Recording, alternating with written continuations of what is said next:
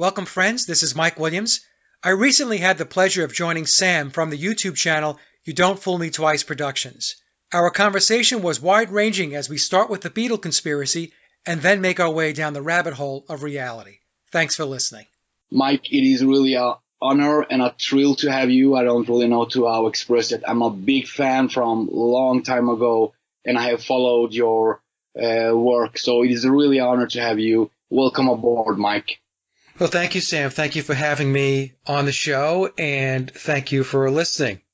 Thank you, Mike. There is your work, especially around the Beatles conspiracy, is something who is pretty new for many in the truth community. And regarding me, it's like the flat Earth who is a tool or a proof that something is wrong. The PID is more than just Beatles, I believe. So, Mike, can you just take us through just in the beginning what happened 9/11, 1969, I believe, and what is this Beatles conspiracy people talks about, and why is it about Paul? Is it about Lennon? Can you just give us a general picture before I throw my question on you? Well, I'll start this way, Sam. It's a conspiracy that has been around a long time. So the conspiracy started actually in 1966. It picked up a head of steam in 1969. And the conspiracy basically goes this way, that biological Paul McCartney, the original Paul McCartney, he died in 1966. And based upon the book that I use as a foundation for my research, The Memoirs of Billy Shears, that book is allegedly the memoirs of the person that is playing the part and has been playing the part of Paul McCartney since 1966. And his name is William Shepard. He uses the name Shepard as his surname or his last name in the Memoirs of Billy Shears. I refer to him as Billy Shears. That's really his alias. And most people who know the Beatles know that he was introduced on the Sgt. Pepper album with the song With a Little Help from My Friends. So the Memoirs of Billy Shears is just one of the sources that I use. And as I've mentioned many times on other shows, I use the book as a starting point. And I do not use the book and take it at face value. What I've done over the last 3 years is to actually dissect the book and then go off and do independent research along with a very small team of folks that I work with. We're a loose group of researchers who have also read the book, and we have gone off to validate or to debunk narratives in the book to see which part of the book is true and which part of the book is fictional. Now, the book, by its own admission, The Memoirs of Billy Shears, this is the second edition that's out now. It came out in September of last year of 2018. The first edition came out September 9th of 2009. By its own admission, it tells the reader up front that it is classified as historical fiction. Now, the reason why that was done was because, and this is also explained in the book, the author or the encoder is Thomas Hugh Harriot. Thomas, the person that is telling Billy's story. The reason why it's historical fiction is because Billy or William has signed confidentiality agreements, non-disclosure agreements. Some people might refer to them as secrecy agreements. And he has to be very careful about how he tells the story so he's not in breach of contract. Because if he breaches those contracts and those agreements, there could be big-time legal issues and or financial problems that will ensue. So Billy or William received the green light by those that he reports to begin the process of disclosure about who he is and what the Beatles were, and that disclosure started in 2009 with the release of the first version, the first edition of the Memoirs of Billy Shears, the red-covered book, back in September of 2009. And again, the blue-covered book, which contains a lot more information, was released 9 years later, September 9th, 2018. That's really how I got started with it as far as the research, Sam. I knew about the conspiracy going back to when I was a teenager. And when I was in high school, I actually brought in the older brother of a friend of mine to present the clues that were on the various albums and so on. So I was aware of the conspiracy, but I didn't take it seriously. I always thought that it was a marketing ploy to sell more records. And in fact, when the Beatles really started coming out with the clues in 1969, that's when it really picked up and started to get traction. Beatles record sales did increase. So a lot of people, including myself, like I said, chalked it up as a good marketing ploy to get the Beatles back on the radar.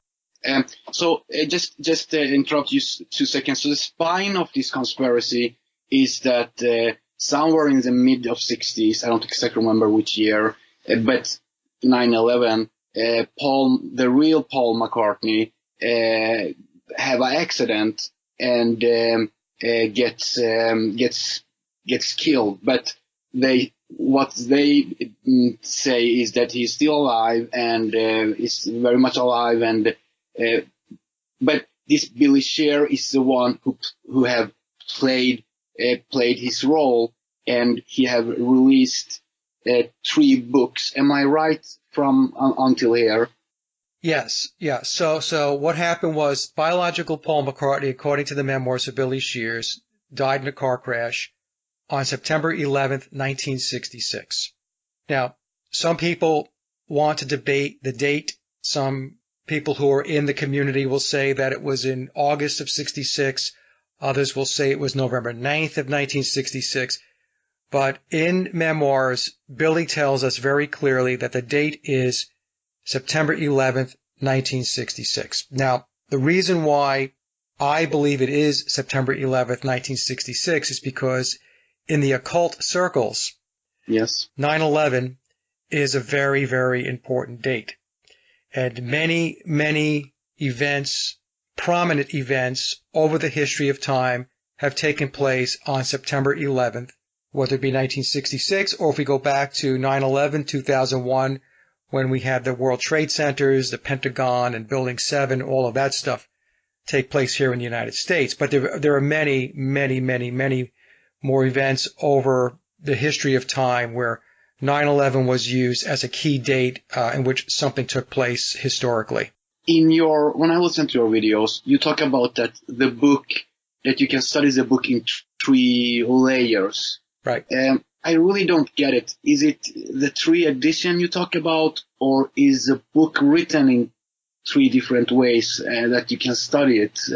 Okay, that's a good question. All right, so the book, there's 2 books. There's the first edition, which was released in September of 2009. That has a red cover.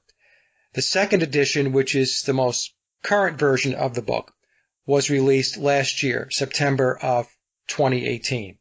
Now, the book is encoded. So what that means is it has 3 layers to it. That's why Tom Harriet, I refer to him as the author for simplicity's sake.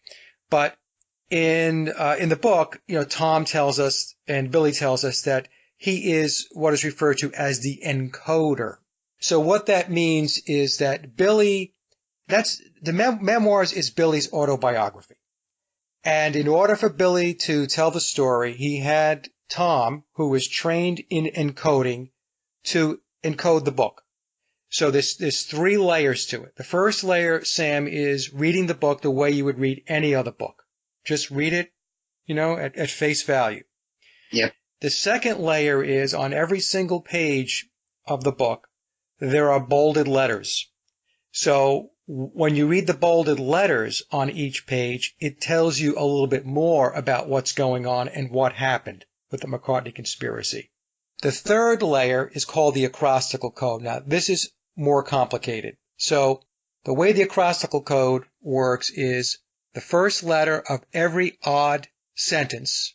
When you stitch those letters together, you start to get sentences. And that takes you even deeper. Okay, so now what Tom has done is that could be very cumbersome to break the acrostical code down. I know folks, friends who have done it, but Tom does sell the acrostical code in a little booklet, little pamphlet. It's not very much money, but this way you can just get the acrostical code without having to sit there and break it down through 666 pages of the book. So the first layer, read the book the way you would read any book. Second layer is the bolded words on each page, and the third layer is the acrostical code. When you bring all of those layers together, that's how you get the most thorough understanding of what the Memoirs of Billy Shears is telling us. Okay, that's a 3-layer, and that 3-layer is the same in the both books, Mike? Yes, both books are coded the same way. Yeah. One question: the person Billy Shears, is he mentioned in the book at all? A person like, I mean, I don't know if you get my question, but is he a person with name Billy Shears? Have he ever existed? Is there any record that Billy Shears have existed, and or is it a fictive name from the book? Or I just don't get where, because when you guys discovered that, for just example now, that Paul was replaced, where did the name Billy Shears, this person, have your researchers showed who he have been before he was transferred to be Paul? Okay, so that's a very good question. So let me see if I can break it down, Sam, so it makes sense. So I get asked a lot of times, they'll say, well, where are the records for William Shepard or Billy Shepard? Because he's giving us the last name of Shepard in the book, The Memoirs of Billy Shears. Shears is an alias that he uses. So the way he's positioning the name Shears, Shepard, Shears, it's kind of like a play on words, a play on names. So what we have to understand is, and this is going to get very, very involved, I think, so I'm going to try to make it as simple as possible. Billy, his bloodlines go all the way back. He has blue blood, right? He has elite ruling class bloodlines. And his bloodline, according to the book, goes back to William Wallace of Scottish fame, right? He was the freedom fighter, the warrior that was depicted by Mel Gibson in the movie Braveheart. So Billy tells us his lineage, his ancestry goes back to William Wallace. So what that says is that he has elite blue blood. Now, Billy also drops a lot of clues in the revised version of Memoirs, the blue-covered book, which came out in September of 2018, that is pointing him back to Aleister Crowley. Aha, okay. Okay, that he's related to him? Yes, so there's one or two things that's going on there. Either he is related to him, in other words, Crowley, or some people might pronounce it as Crowley. I use Crowley. Crowley is either a relative, like an uncle, or Crowley is his father. Okay, and I know it's difficult for people to get their heads wrapped around this. Yeah. So Aleister Crowley could be the father of the fake Paul. Yes. Billy Shears. Of Billy Shears, right. So in the Blue Book, as I mentioned, he drops a lot of clues that for sure link him to Aleister Crowley. One way or another, he has a hard-coded link back to Crowley. And as I said, whether Crowley is a relative, like an uncle, or is his father, that's something that we're still trying to figure out. But it's very possible that Aleister Crowley was his father. Now, people have asked me, well, Mike, how come, he's not listed as one of Crowley's children? So if you go onto Wikipedia and you type in Aleister Crowley, I think 4 of Crowley's children show up. What we have to understand about Crowley is he was heavily into sex magic. Yes. And because of his sex magic, there's no telling how many offspring, illegitimate offspring, he has out there. And it's very possible that Billy was one of those children. He was the result of one of Crowley's sex magic rituals. Yes. Besides, they have so much power that they can hide it. I mean, they can hide the fact that he's a child of him. We have to understand that Crowley was very, and still is, very significant with regard to the controlling apparatus, Sam. See, some people think that Crowley was basically a carnival barker, he didn't have much importance at all, and the people who believe that are wrong. Many in the Illuminati subscribe to Crowley. They subscribe to his religion of Thelema, which is Luciferianism / Satanism. And in memoirs, Billy tells us, he gives us a little story, and he says that he talks about 9/11, 2001, when the buildings came down in New York City. And he says in the book that he was very disappointed that his family was involved in the planning of 9/11. Now, who is he talking about? He's talking about Barbara Bush. It's been a long time conspiracy that Barbara Bush is also an offspring of Aleister Crowley's. So he was stitching together the fact that he has bloodline relationship with Barbara Bush. Now, could it be that they are brother and sister? If Aleister Crowley he fathered both of them? Absolutely. That's how it would work, right? It would be a brother and sister relationship. Exactly. Right? Yes. Siblings, yes. Siblings, right. And if it wasn't, in other words, where maybe Crowley was the father of Barbara Bush, but he is the uncle of Billy, there's still a family relationship, a family tie. Exactly. But the thing is, what I try to get across to folks, Sam, is that the most important takeaway, because we have not nailed down whether Crowley is his father, is that it certainly appears that he is definitely related to Aleister Crowley from a bloodline perspective. So what that means is that Billy is very much embedded in what I refer to as the pyramid of power.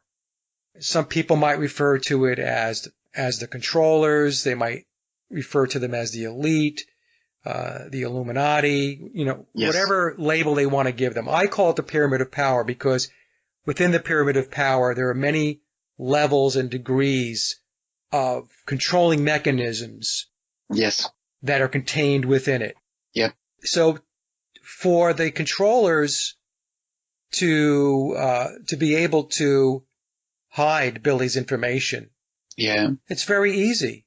People say, well, how come we can't find any death certificate for biological Paul McCartney, and how come we can't find a birth certificate for William Shepard?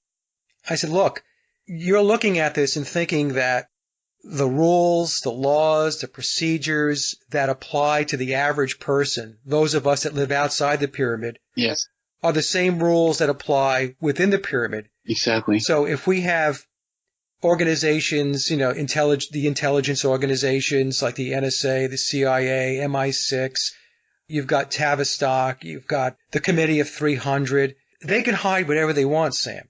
Yes, I believe that they got enough power, and they have already shown it. If they want to go into Iraq and bomb them, they lie about and show even physical pictures and lie about it. So yes, I just want to say to my audience that you have to have that in mind, that we are ruled by a crazy system and a really evil system. And my next question to you is, when I listen to you explain this very beautifully, this pyramid, the people inside and people outside, and that it is a multi-pyramid that, for example, those say, for example, that we have Rockefeller and JP Morgans and Wahlbergs at the top of the pyramid, but still they are at the bottom of the next pyramid.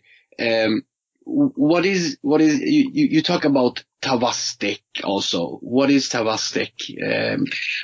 Okay, so Tavistock, yeah. So Tavistock is out of the UK. Tavistock has been around a long time. The original formation of it was in the early 1900s. I think it was around 1911 or so.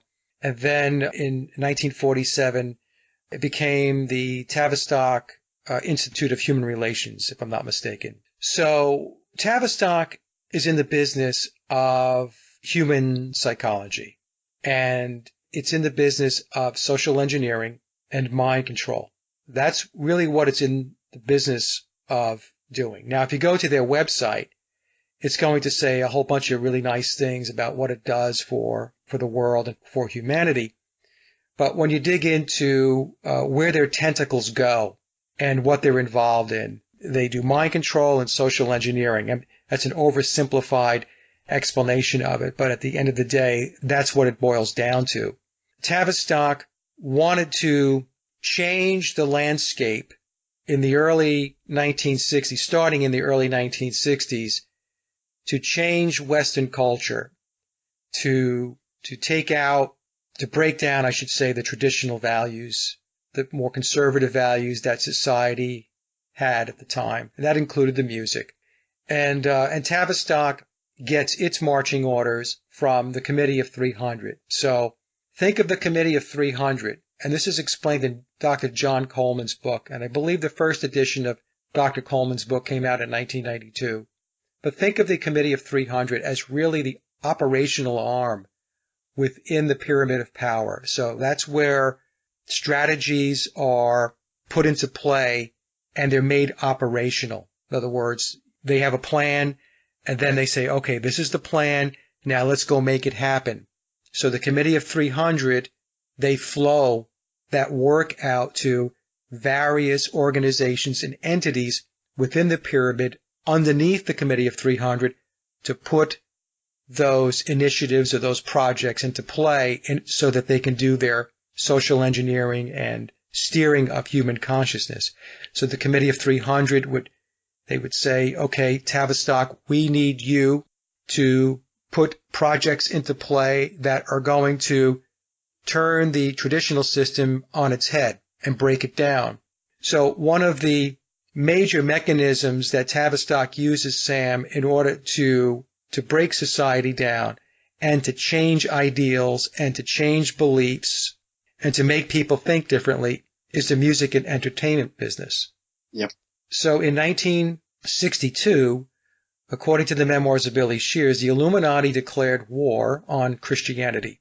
And if we go back in time and we can take a look at what has happened since 1962 to current day, we can definitely see that there has been a total attack, full frontal attack on Christianity. I will also say that we can also see that with Islam. Yep. Okay. So there's a breakdown really of the Abrahamic religions. And I will even argue that to some degree they're doing that to Judaism also. And some people might disagree with that because they'll say that, the Zionists are controlling much of what goes on operationally, outside the pyramid. But here's the thing. We have to distinguish between Judaism and the Talmud. Yep. So we really have to make that distinction. And we won't get into that in this discussion. I mean, I could do a whole hour on that. Catholicism is not Christianity, and the same Zionism and the pedophiles, psychopath pedophiles steering this world, Zionism are not Judaism. We need to discuss in this too. That yes, Zionism is a political ideology. It's fascism. That's what it is. Yes. It cloaks itself in religion. It cloaks itself under the umbrella of Judaism. There are many Jews that understand this and want nothing to do with Zionism. Exactly. My best friend is a Jew, and he's against all this agenda. He's against the Palestinian occupation. He's against all of this. So he have nothing to do, and he's a Khazarian Jew. So like Catholicism is not Christianity. It's an evil something evil in Italy, in Rome. The same with Zionism. It's not Judaism. Right. And it's very important to make that distinction because the Zionists want nothing more than for people to lump it in, and then they can call you an anti-Semite and, and all that stuff, right? Yep. Yep. So in any case, so the Illuminati, their goal is to implement the Luciferian age. The Luciferian age coincides with the age of Aquarius. And in order for them to do this, they have to shut down and close down the Piscean age, the age of Pisces. Mm-hmm. Do you mean we're leaving an era of deception, or are we going into an era of deception? Well, that's the question, right? So, because when people hear Luciferianism, their initial inclination is to say it's evil, it's Satanism, and nothing good is going to come from it. Yeah, yeah. I've been looking more and more, studying Luciferianism and trying to understand it some more. Yeah. Because we've all have been conditioned to believe that it is dark, evil, bad stuff. Now, could it be? It could be. I'm not saying it's not. I'm trying to make my way through the woods also on this thing because we know that the Piscean age was not a lot of fun. And we're all hoping that as we move into the age of Aquarius, that things are going to get a little better, a little easier. The world will be a better place. Everybody will play nicer together. And the reason why I'm explaining this, folks, is because I'm just trying to explain how the Luciferians look at this. I'm not, again, that's all I'm doing is giving you my view on my findings from my research. All I'm doing is just trying to explain it. Yep, yep. So Luciferianism can be equated to the cult of Dionysus, the god of wine, revelry. If it feels good, do it. Anything goes. It's like the Nike. Yeah, just do. Just do it, right? So just do it goes back to Aleister Crowley. Do as thou wilt. Exactly. Do as wilt, yeah. Yep. Is it a good thing to move in that direction? The problem that I see is that a lot of people have no boundaries, Sam. If somebody told you and I, you have free reign to go do whatever it is you want to go do, you and I wouldn't hurt anybody. Exactly. Yeah. We would do no harm. But the problem is that we have people out there that don't think that way. So if you give them free reign to go do whatever it is they want to go do, there's a good portion of the population that are going to go off and go do things that are going to be harmful to other people.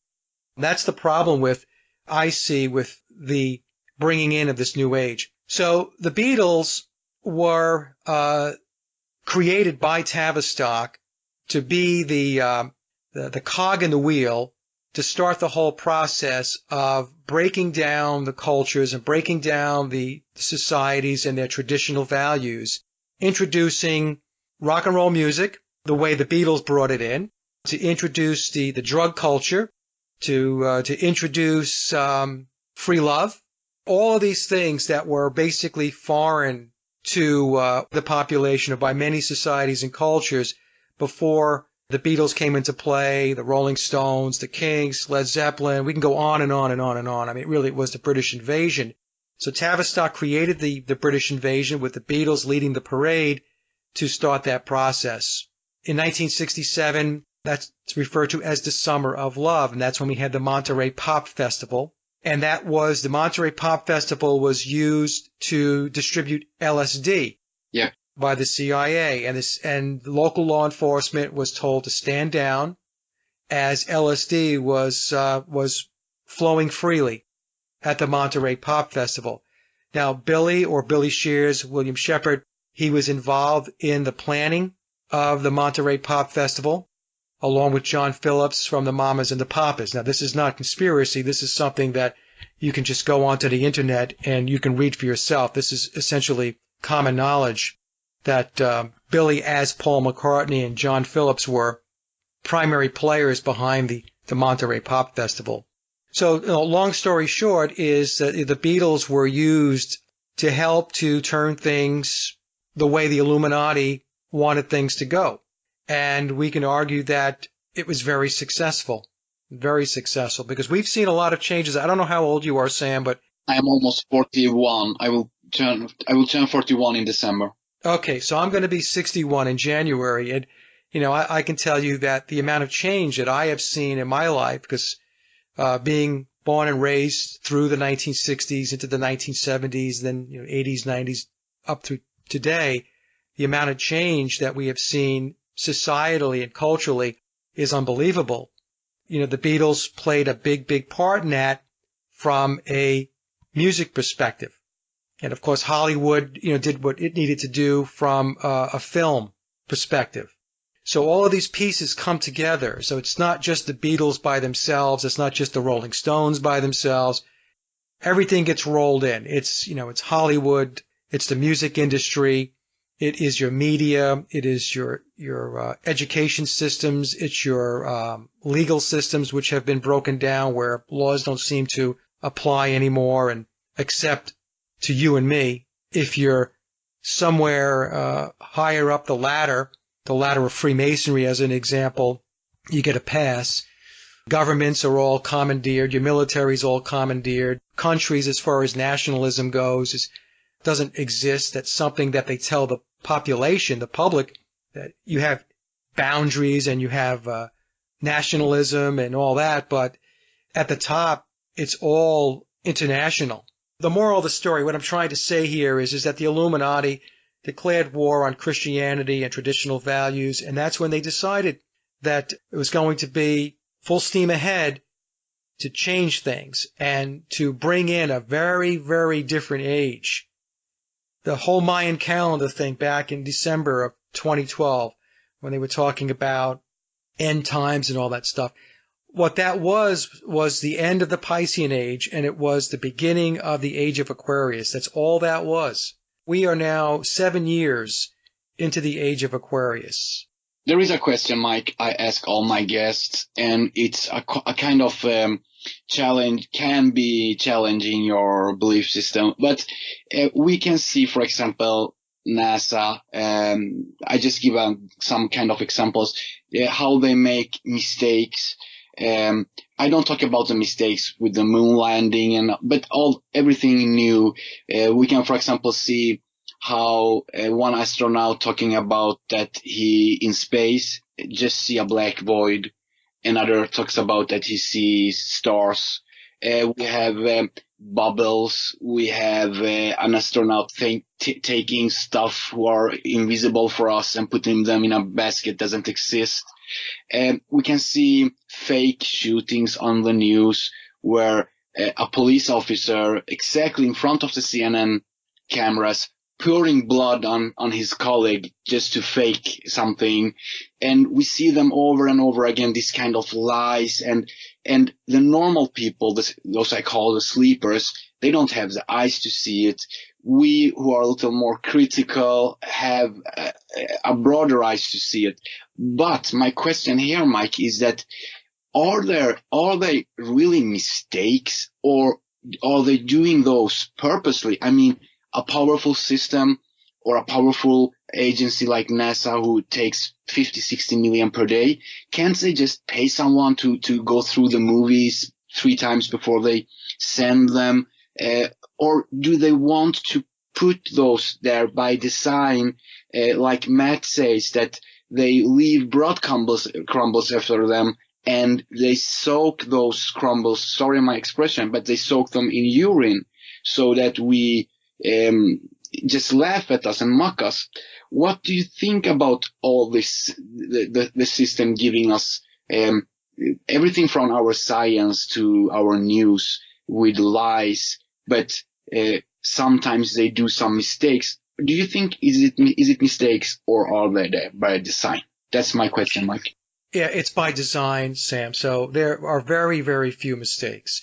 We'll just start with the clues that the Beatles left with regard to biological Paul McCartney dying, right? So they left clues in all of their songs going back to Sgt. Pepper in 1967, the release of Sgt. Pepper, all the way through, and Billy is still leaving clues. So when people say, oh, he's a liar, Billy's been lying, no, Billy hasn't been lying. Billy has been dropping clues since day one. Yeah. The thing is, if you don't know to look for the clues, or if you want to blow past the clues, if you don't want to believe them, if you want to rationalize them, if you want to make something else out of them, that's on you.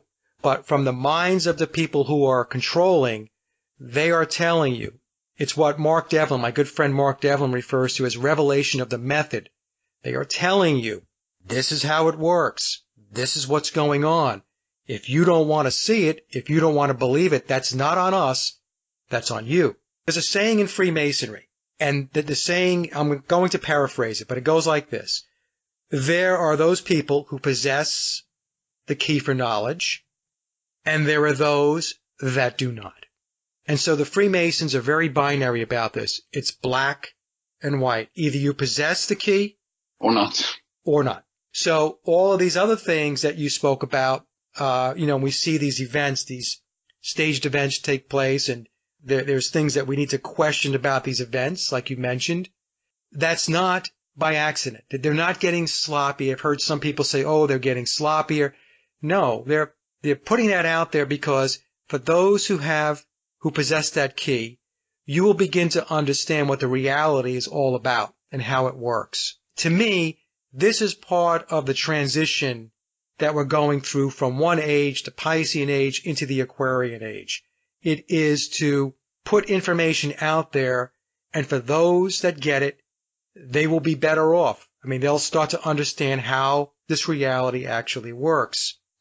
It's like the whole thing with 9/11, 19 hijackers with box cutters. Well, do we really believe that? Do we really believe that a passport can be found on the ground at ground zero that is in perfect condition? It isn't singed by the fire and everything else. It's not dirty from all the dust and all that stuff. These are all things that are put out there. As an example, you talked about the glitches that we see with NASA, with the International Space Station and all this. Are those done accidentally? No, of course not. Because when they're putting this stuff together, they have to review it, and they're looking at it, and they're putting it out. And because they know, Sam, that there's a very small percentage of the population that's going to get it, a very small percentage of the population that's going to grab onto it and question it, and everybody else is basically just either not going to see it because they're doing something else, like staring at their phone or staring at their feet, or if they do see it, they just blow it off, and they just have cognitive dissonance because they don't want to have to think deeply. They don't want to have to say, oh, you know what? I think I've been lied to. It's like the same thing with the moon landings and all that stuff. Anybody can go online today and they could take a look at the lunar module, and they could see that there's no way, there is absolutely no way that that vehicle went from Earth to the moon, traveled through space, and landed on the moon. It's just not possible. I mean, just look at the construction of the thing. But there are people that don't want to accept that because they love the romance of space, Sam. They love the fact that we landed on the moon, man, or humanity's greatest achievement. They want to think in terms of space travel because they watch Star Trek and Star Wars and Battleship Galactica, and they want to believe in probes going out to Pluto and to Saturn's rings, and they want to believe in far off planets where we can one day inhabit, and they want to believe in aliens and spaceships and all of this stuff. But at the end of the day, that's all contrived nonsense. But we have to be careful because it at face value, it is nonsense. But even NASA is telling you the truth, but it's encoded. NASA is an occult organization. NASA, when you have the likes of Jack Parsons, who was an acolyte, a disciple of Aleister Crowley, NASA is completely occulted, everything that they're doing.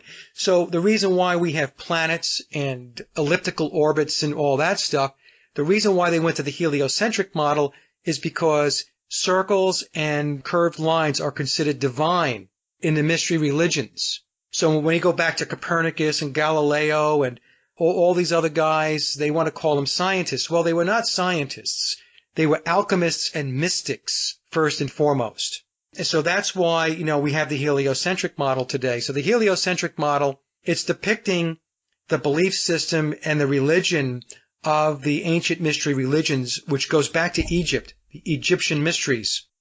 but they present it to the profane, to the unknowing, as heliocentrism. Modern science. It's not science. The term scientism is accurate. It is an ism. It's an ISM. It is a belief system, and it's the belief system and the religion, the ideology, and the spirituality of those that are controlling and that are in power.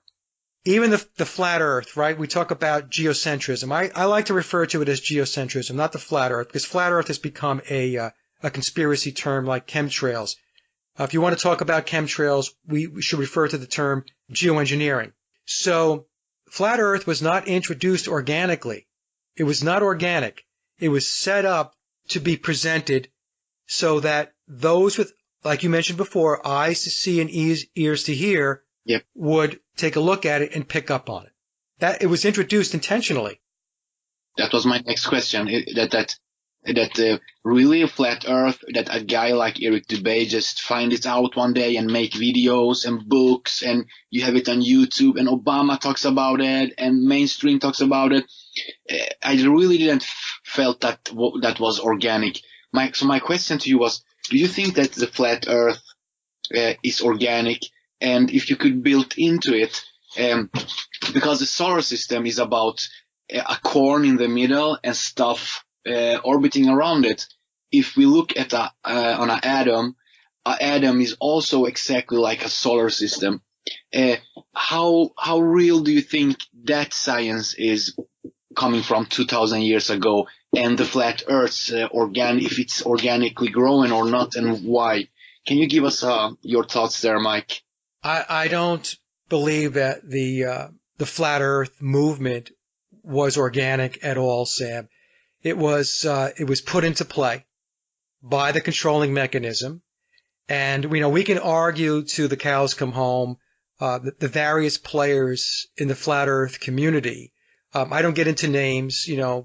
I let folks draw their own conclusions, whether they're on somebody's payroll or not, or whether somehow they're being rewarded or subsidized to put information out. I don't know. I mean, is it possible? Of course it's possible, but I don't know who's picking up a check and who's not. But the thing is, the flat Earth, like everything else that comes into play, just did not materialize out of nowhere. It had to be put into play. You have to think to yourself, how did we go from 500 years of heliocentrism and nobody really questioning it to 2015, and all of a sudden it's a big, big blot on the radar? Yep. An Illuminati game card from 1990 something, no? Exactly. Going back to the Illuminati game cards and stuff like that. So it's not organic, but very little in this reality, if anything at all, Sam, is organic. I had a conversation with Ole Dammegard going back a couple of years ago, and I said anything worth knowing is a lie. So if it's worth knowing, folks, bet your bottom dollar that there's some level of deception and lie built into whatever it is that you were told and taught. Yeah. Because I say, Mike, that I don't believe that Earth is flat. I don't believe that Earth is a ball. I don't think that we are spinning around the sun with water stick onto us. But still, I wouldn't call myself a flat earther. I try to be the wise one and say, okay, I don't know. The only thing I know that there is no measurable curve. There is no, the horizon follows your eyes. We have the same sky had the same sky for a couple of thousand years. The stars doesn't change their places. Right. So those facts are in place. There are also experiments done, commented by Einstein himself, that it's awkward that the experiment showed that Earth is motionless. But I believe that the world is ruled by mathematicians, and they want us to just only we name it and measure it and put a limit on it, call it for flat or ball, so they are happy with it. What do you think about that, Matt? Do you think this is their purpose to make us, I mean, if we imagine that this place would be some kind of non-physical illusion, where the real Mike and Sam are sitting in another world with maybe Google glasses and playing live here, and this would be, I mean, take Avatar, the movie Avatar. imagine that the people, the blue people, their job was to do anything in their power to make the guy in wheelchair to forget that he is a human being, that he is that blue man. And that's how it feels that we are in this world. So what do you think the purpose of this kind of engineering is, Mike? Imagine that, do you think that we are in a experiment? We have 2,000 mice, or 2,000 mice, and we give them assignment and then watch what they are doing and study them. Is it what they are doing with us, Mike? Are they study us? I don't think that they need to study us, Sam. I think the people who are in power, especially as it goes higher and higher up that pyramid, they understand very well how humans think and how humans operate and how to steer and manipulate consciousness. Now, I want to say one thing. I agree with you. I do not refer to myself as a flat earther. The reason for that is because as soon as you put a label on yourself, you constrain yourself. So I don't think in those terms. To me, geocentrism or flat earth is an area of research that I have looked into, and I keep all of my options open. Because like you said, we don't really know. Could it be like a simulation? Yeah, it could be. It's something that boggles the mind when you really, sit down and start to think about it. And I think everybody should do some philosophizing once in a while. It will do wonders to make you try to understand what your purpose is. I agree that we should not box ourselves in with labels and to go join camps, flat earth, heliocentrism. As soon as you start to put yourself in a box, you are in a box. And I myself refuse to do that. Now, going to your question about, why are they doing this? This is going to be probably difficult for some folks, but I do believe that they are trying. When I say they, I believe that within the pyramid, they are trying to move humanity forward into the next age. So let me explain what that means. If we go back to Greek mythology and we go back to the Hindu texts, they talk about the Iron Age, the Bronze Age, the Silver Age, and the Gold Age. So there's 4 ages. And I believe we are in the Iron Age. Okay, and we are transitioning out of the Iron Age, which happens to be coinciding with moving out of the age of Pisces and into the age of Aquarius. And we're going from the Iron Age and we are transitioning now into the Bronze Age. Now, my theory is that this pyramid that I talk about, this pyramid of power, is responsible for the managing of each age. So, when we are in the Iron Age, the pyramid of power is responsible for ensuring that the Iron Age conducts itself in Iron Age criteria. Deception, lies, hardship, wars, separation from source, being disconnected from source, from God, from the Creator. Those are the attributes of the Iron Age. And I believe that pyramid of power has to manage that. And then when we move, as we start to move now into the Bronze Age, they will now shift their management system from this very dark, heavy Iron Age into a lighter existence where we now move into the Bronze Age and things will get a little bit better, a little easier. It won't be as hard as the Iron Age. Now, the transition, I believe, takes hundreds of years. It's not a light switch. Turn it on, turn it off.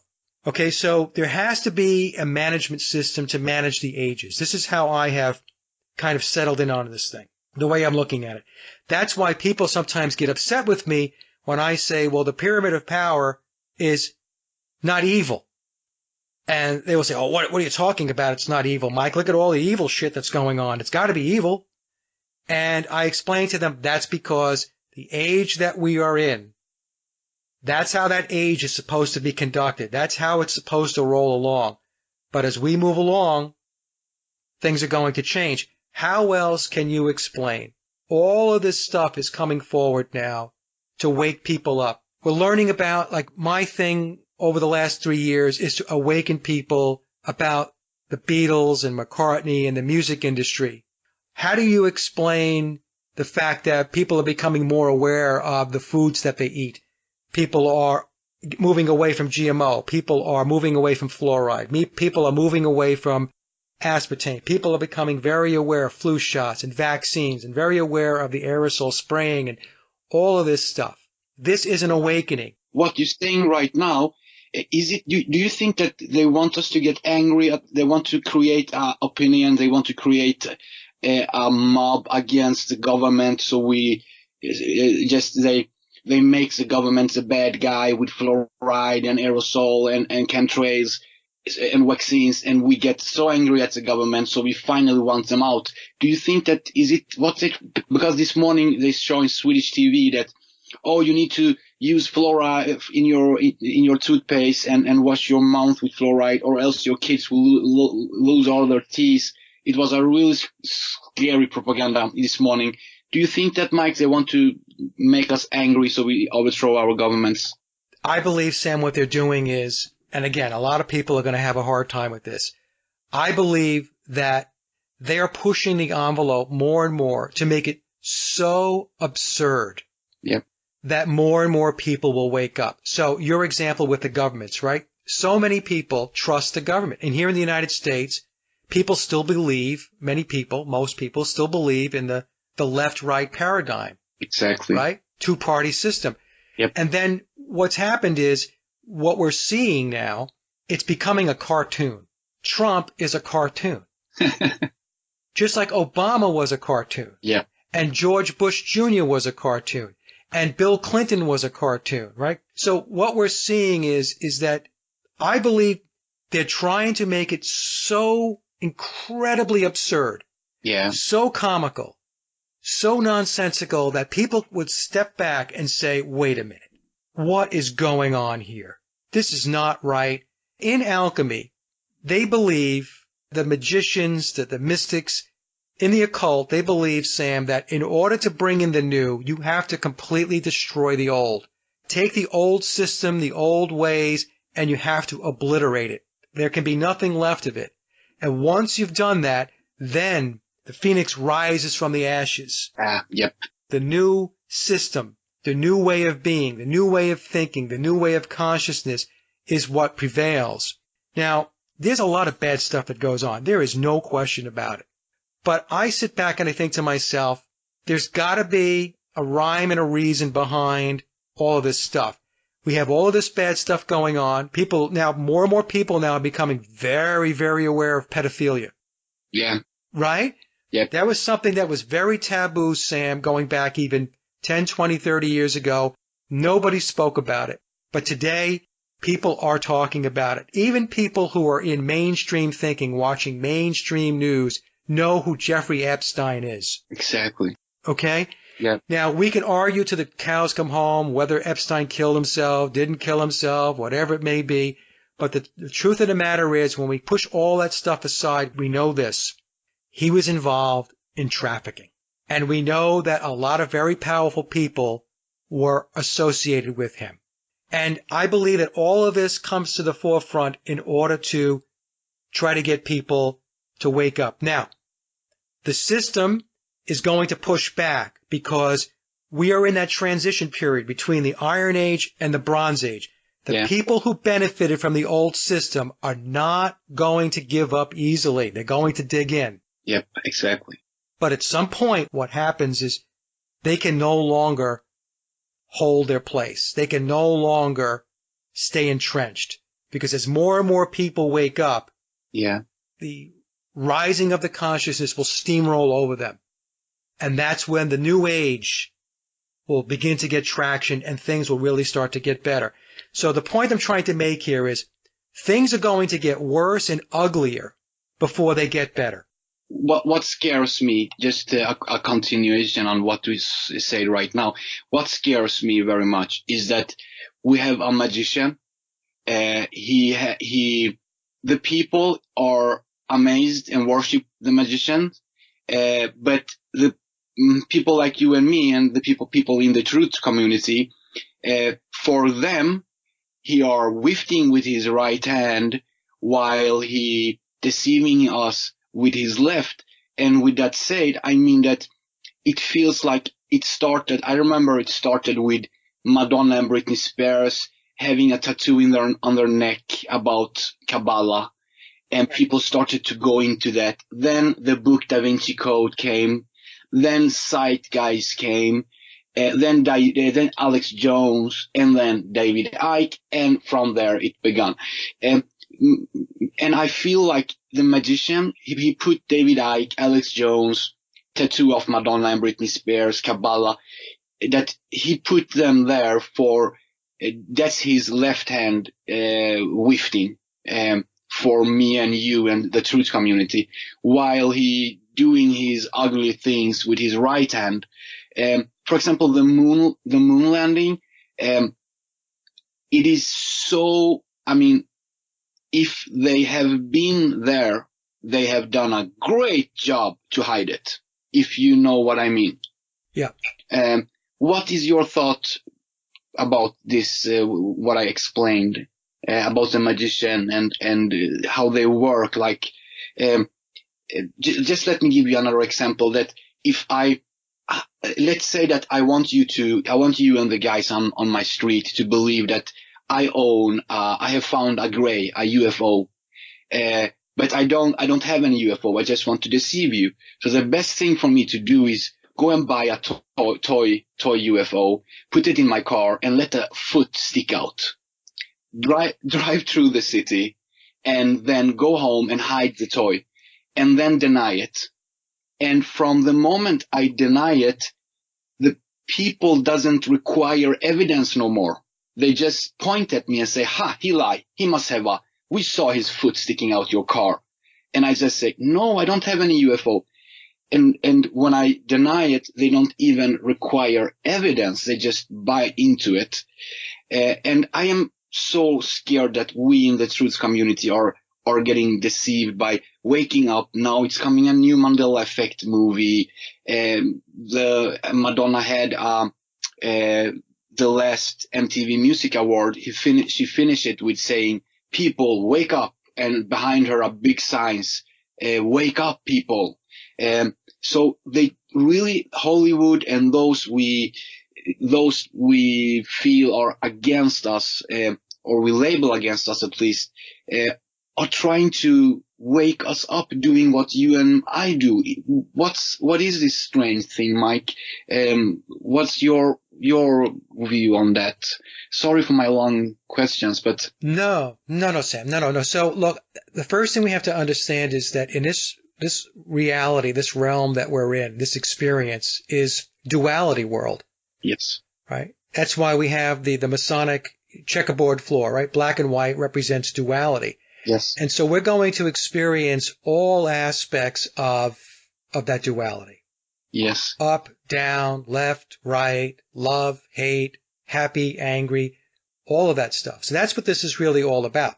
First and foremost, this is a spiritual journey for us, Sam. Yeah. When we come here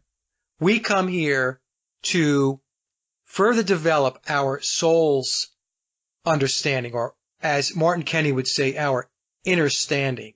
Yeah. And that's what we should be doing first and foremost.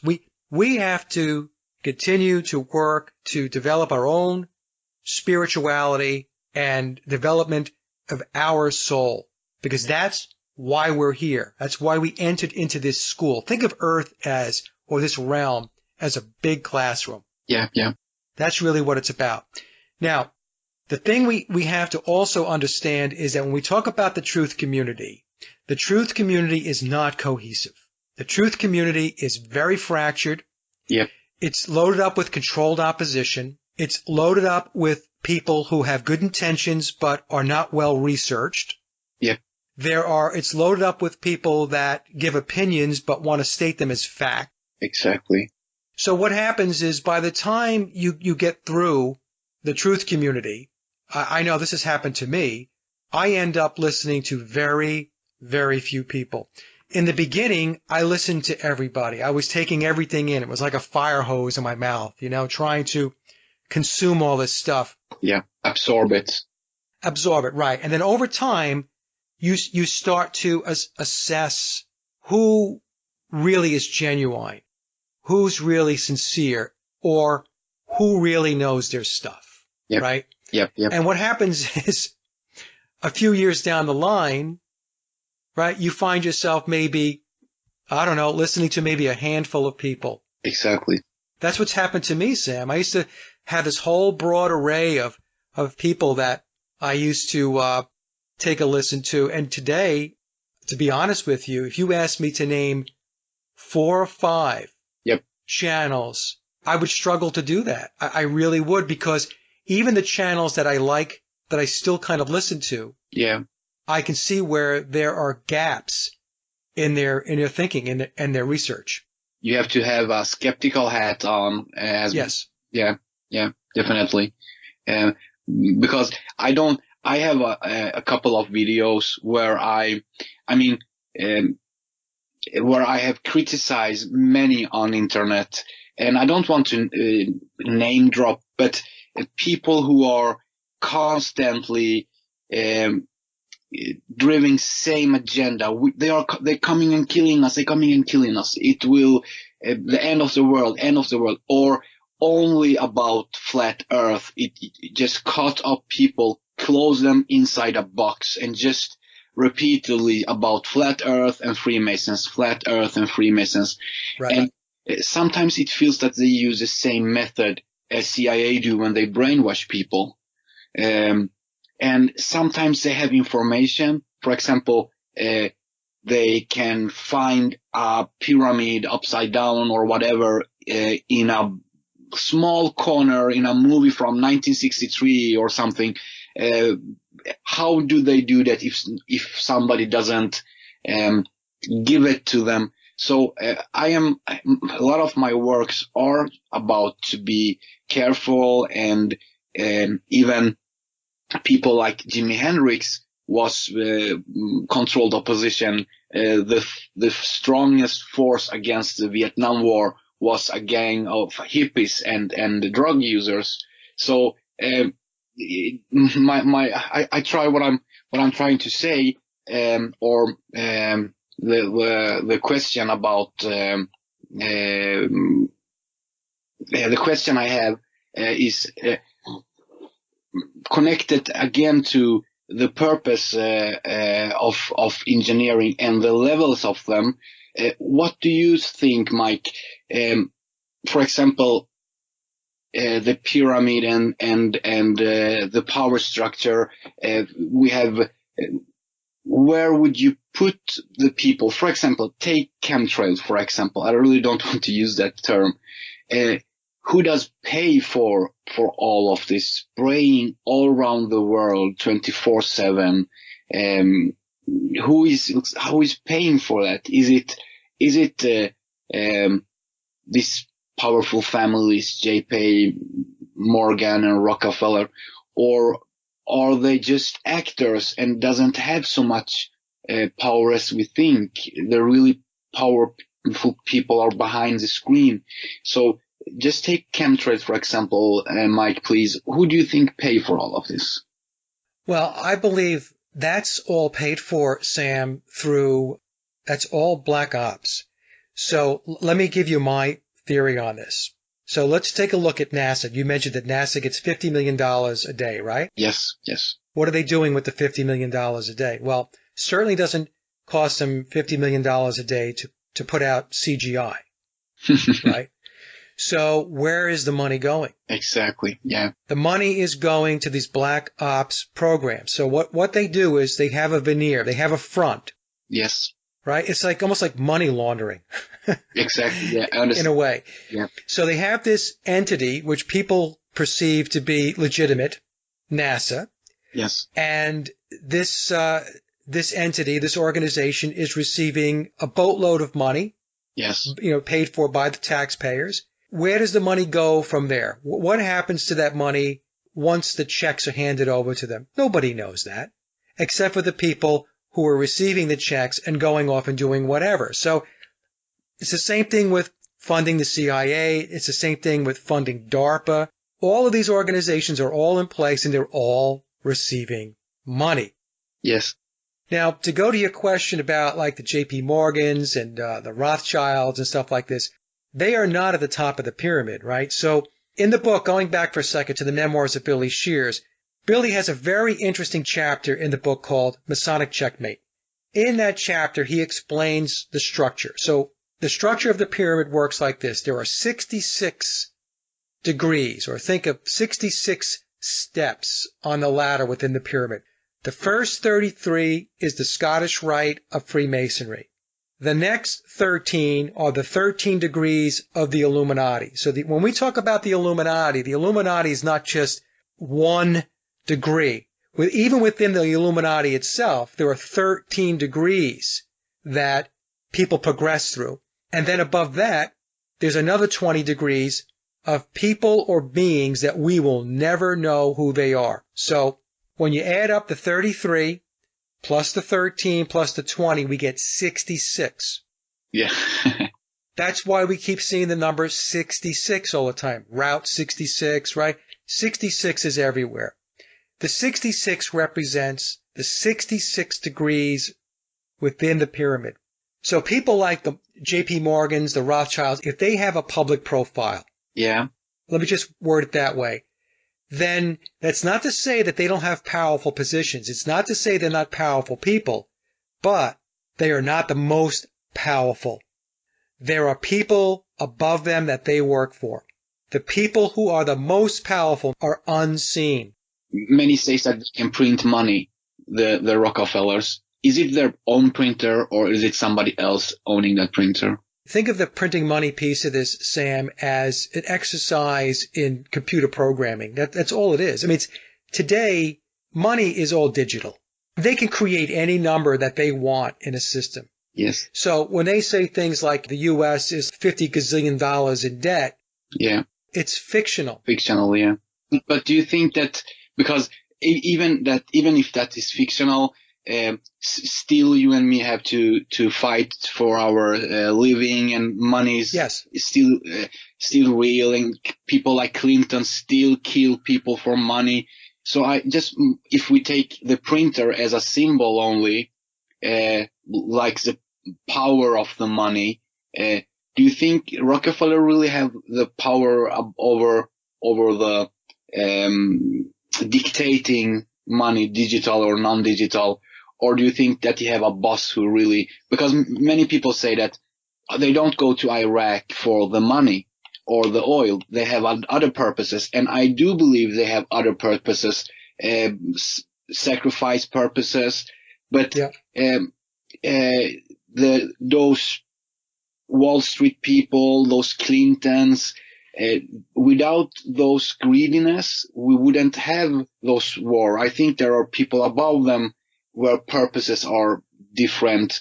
Do you think that, Mike, and do you think that the Rockefeller and Clinton and those powerful people dictate everything about money, or do their bosses say?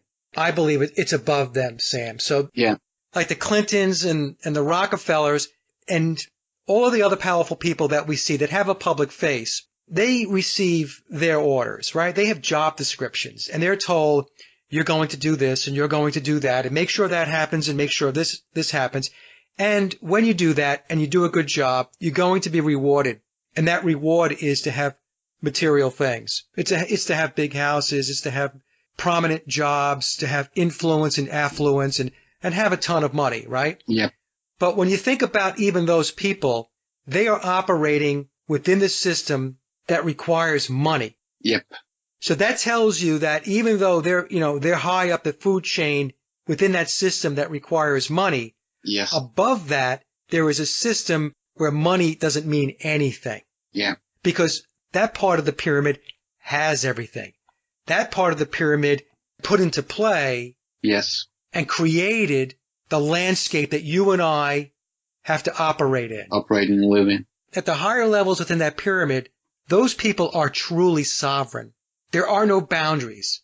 they're not walking around with passports, and they're not walking around with driver's licenses. Do you know what I'm saying? Do you think they live in this place? Do you think they live on land that are known for us, for the public?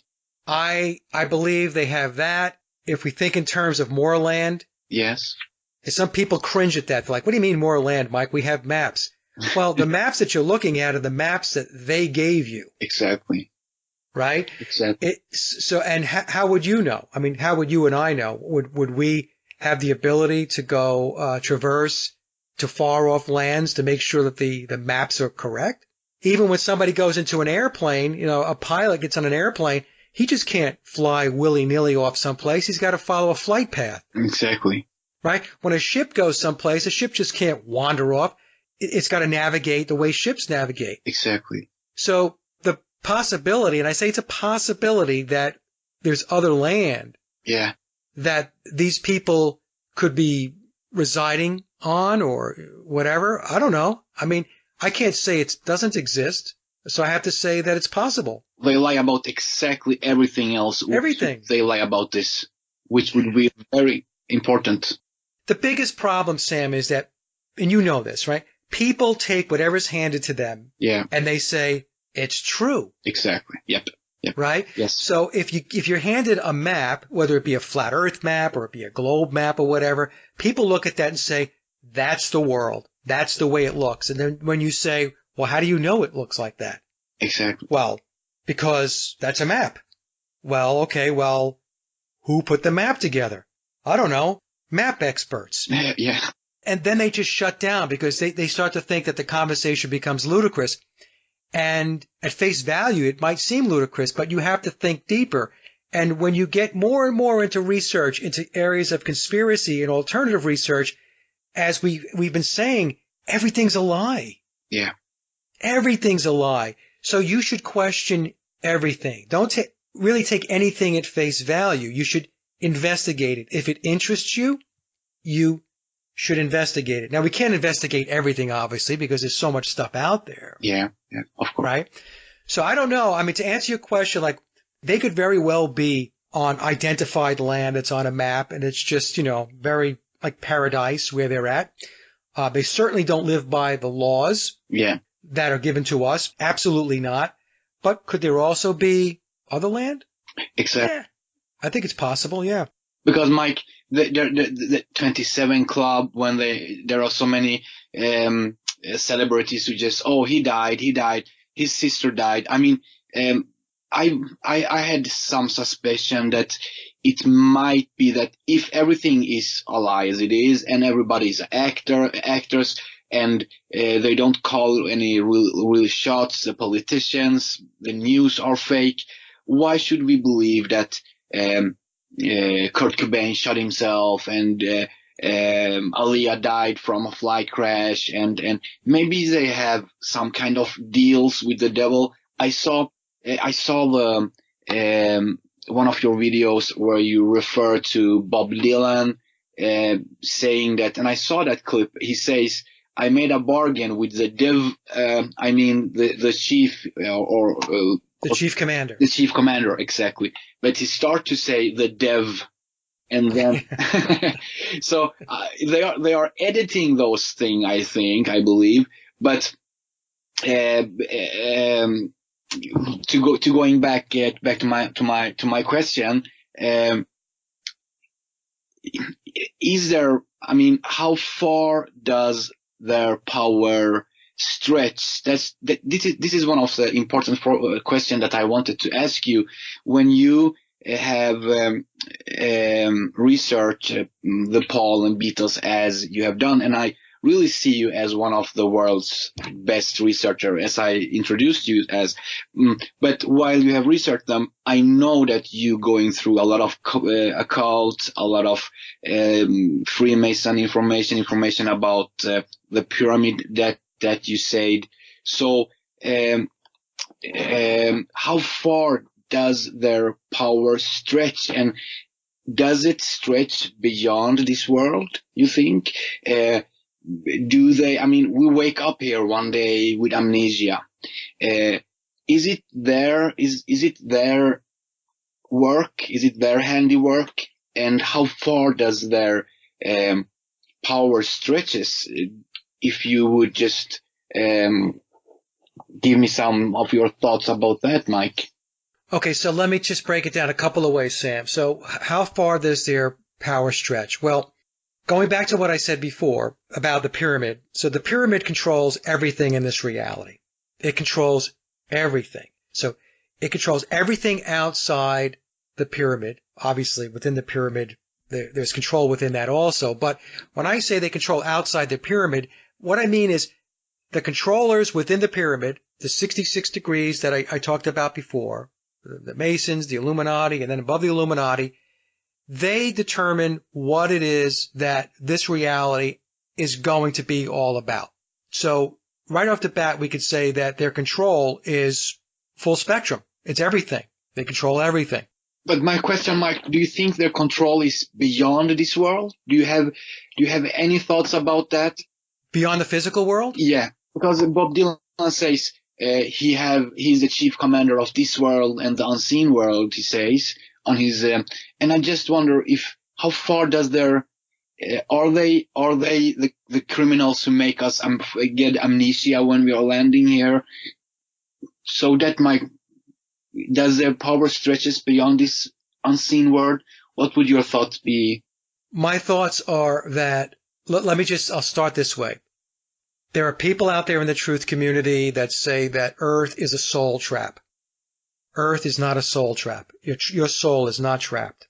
Now, when Dylan was saying that he made a deal with the chief commander, yeah, which is Lucifer. Okay, we'll just call a spade a spade. It's Lucifer / Satan, right? There is an unseen world. Okay, now the unseen world doesn't mean that that's all of the spiritual world. It doesn't mean it's the spirit world. It just means that there are beings in the unseen world that if you connect into, that if you summon and you ask favors of, things could happen. But there's always going to be a trade-off. So when we come into this world with amnesia, it's not because the bad guys are erasing our memories. It's because we're coming into this world with amnesia so that we can learn with a clean slate. If you come in with all of your prior knowledge, I'm a reincarnationist. I believe in reincarnation. So if you come in with all of your understandings and your learnings and you can recall it all from prior lives, that's going to interfere with your learning. Exactly. So you've got to start new with a clean slate, with a blank piece of paper, and make your way through this life. That's how you learn. But when they talk about unseen forces, there are unseen forces. But when we talk about otherworldly beings outside of the physical realm, that doesn't constitute the entire spirit world. Not at all. Yeah, no. What Dylan is saying is that when you go to the crossroads, because that's what Bob's talking about. Bob's talking about going to the crossroads. Anybody wants to research it, go back to Robert Johnson. He was really the first, where the legend of the crossroads plays out. He was a blues musician, guitarist, and was unknown. And then he went to the crossroads. And after he went and made a deal with the devil, he became a great blues guitarist. Died young. He joined the 27 Club. Yes. That's what Bob is saying. Bob is saying that you can plug into aspects of reality that are outside the physical world. And if you go there, you could ask for certain favors. You could ask for a change in your script. So when you come here, as an example, you have a script. So your script says you're going to do X, Y, and Z. A cue card. Yeah, I mean, it's like this is what you're here to learn. Yeah. But if you go to the unseen world, let's just say you cut a deal with, I'll just use these terms for simplicity. You cut a deal with the devil, yeah, Satan, Lucifer, and you say, you know what? But I want my life to be about this. I want to be a great singer. I want to be a great guitar player. I want to be a great actor. Lucifer or the devil's going to come back to you and say, I can make that happen. I can change your script. So when you make a deal like that, well, there's going to be something in exchange. It's never free. When you make a deal like that, when you want your life script changed, yeah, it's not free. So Lucifer, Satan, the devil, they are going to get something in return. So what are those things, right? Well, it could be, and we've seen this so many times. You mentioned the 27 Club. Yes. We could talk about Brian Jones, John Bonham, Freddie Mercury, Keith Moon, Jim Morrison, biological Paul McCartney, and the list goes on and on and on, right? Yeah. What happens is you get to experience an enormous amount of success, fame, notoriety, stuff in the material world that most people would not experience in 10 lifetimes. You're going to get it, but your life is going to end at an early age. Yeah. So you live life to the fullest, and then you're out of here. Okay? That's part of the deal. The other part of the deal goes like this, and we've seen this with Billy playing Paul McCartney, Mick Jagger, Dylan himself, all these other really, really old rockers that are still pumping it out in their 70s, pushing their 80s. The other part of the deal is this. Lucifer says to them, okay, I'll do this for you, but you know what? You're going to work until you drop dead. Okay? There's no rest for the weary Billy Shears. There's no rest for the weary Mick Jagger. You're going to keep going. And you're going to keep going until you drop dead. And that, to me, is the two most prominent scenarios, as I've done my research, Sam, that I have seen. You live life just loaded up with success and fame, which includes, by the way, stuff that's not so good, drug addictions and alcohol addictions, vices and stuff like that. You live life to the quote-unquote fullest, and then you're out of here at an early age. And then there's the other angle, which is you're going to do this until we bury you. Yeah. But you're going to keep going. But the thing is, Earth is not a soul trap. It is not, okay? Yeah. It's just, when you come here, there are mystical aspects of this. Magic is real. The occult is real. Yes. And a lot of people don't want to get their heads wrapped around this. And if you're going to dabble in it, okay, or if you're going to become an expert in it, then there's going to be this whole other aspect of your reality, of your existence that's going to come into play. Look, I always tell people, Sam, never play with a Ouija board. Ever, ever, ever. Yes, don't. Okay? Yep. Don't. I mean, I used to when I was a kid. My brother, and my sister used to play with one. And let me tell you something. It wasn't soon after that. It wasn't good. There was a lot of stuff that was very creepy and very dark. Yep. So be careful what you get yourself into. Be careful about what you ask for. Be careful about where your thoughts are at. That's all I can say. Mike, this will be the best if you have a little bit more energy. Yeah. This will be the very best. The English word escaping my mind, but in Swedish we call it for övergång, and it's transit, the best transit ever. I have a question about your sleep paralysis, because yes, during my time listening to you, from time to time, you have never done a whole video about this, but from time to time you mention it very short in your videos, and I am one of those who, and many others who have write comments also, who really wants to know a little more about your experience. And personally, myself, I had this kind of paralysis that, first of all, let me just say that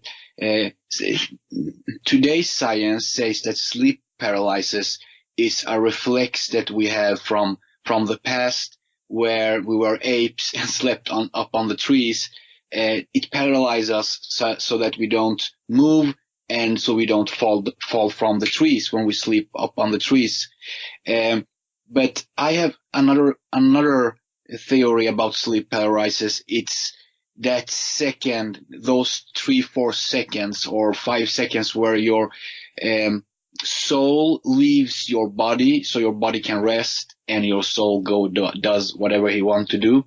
Because I have one experience, Mike, I really want to tell you before I ask my question. And one night I woke up and had a creepy feeling that someone is in the room, in the house.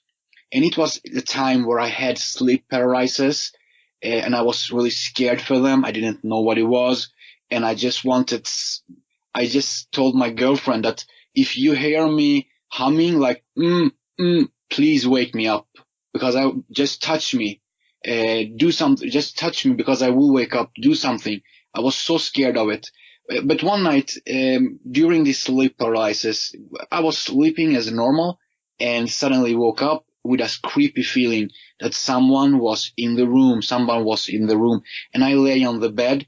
I looked at my right side, and exactly I saw myself walking out the door from the bedroom, and then the other me who was on his way out from the bedroom, he turned around and saw the Sam who was on the bed, and I was the soul. I wasn't the body in the bed. I was the soul walking out. I know I have that feeling, but still, my body was his own entity with his own memory and feelings and stuff, and my soul was its own with his own memory and feelings. And I felt that when we merge those two together, that's me. And when I die, the machine, my body will be here. Probably maybe all the memories who are not necessary will be kept in the brain, and everything else will lose from my body and leave. Because I felt there that my soul had a thought that, no, he saw me. I felt the guy who was leaving the door, I felt his feeling that, oh no, Sam saw me. And when I heard his feeling, because I heard his feeling inside me, suddenly I woke up again. And and then it was like, and I was like, my soul just run back into my body, and I woke up one more time. But I was woke both times. I know that because I saw my girlfriend move, and so that's my experience from sleep paralysis. And I know that your experiences is that you just get into a really strange realm. There you were very scared in the beginning, where you were young, when you get those. Can you just take us through your experience about sleep paralysis and that realm? What kind of realm is it, and what was your experiences first when you were scared, and how did it felt when you didn't was scared, or when you stopped to be scared, did they stop then? That's my question, Mike. Sorry for all these long questions. Oh, no, that's okay, Sam.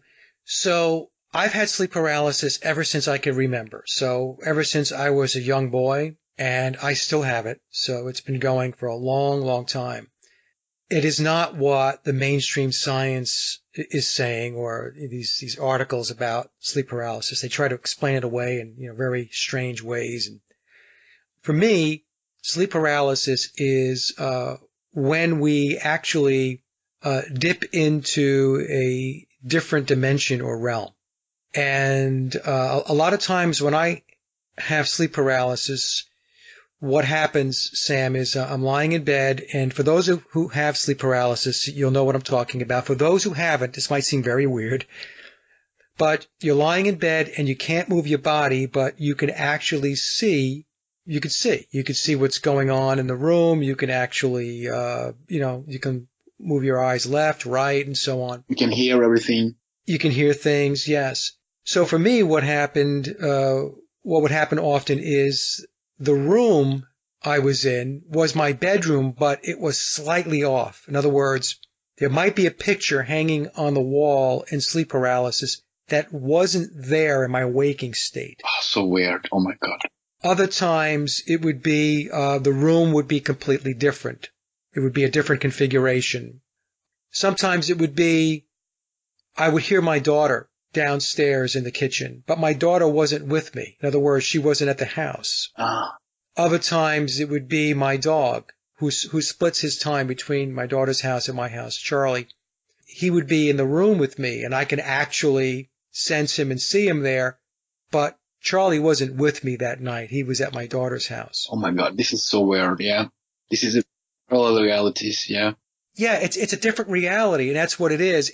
Now, the thing is, those other dimensions or those other realities are a little dark. So I think what happens is we kind of dip our toe into those darker realms, not because that's where we belong. It's because it's what our soul decides to experience. In other words, what is it like in those realms? Now, many times when I was younger, the sleep paralysis was very scary. It was very dark, and there were beings that were in the room. Some of them were like shadow beings. They liked to hover very close to your body, like to my body. They would be very, very close. Yeah.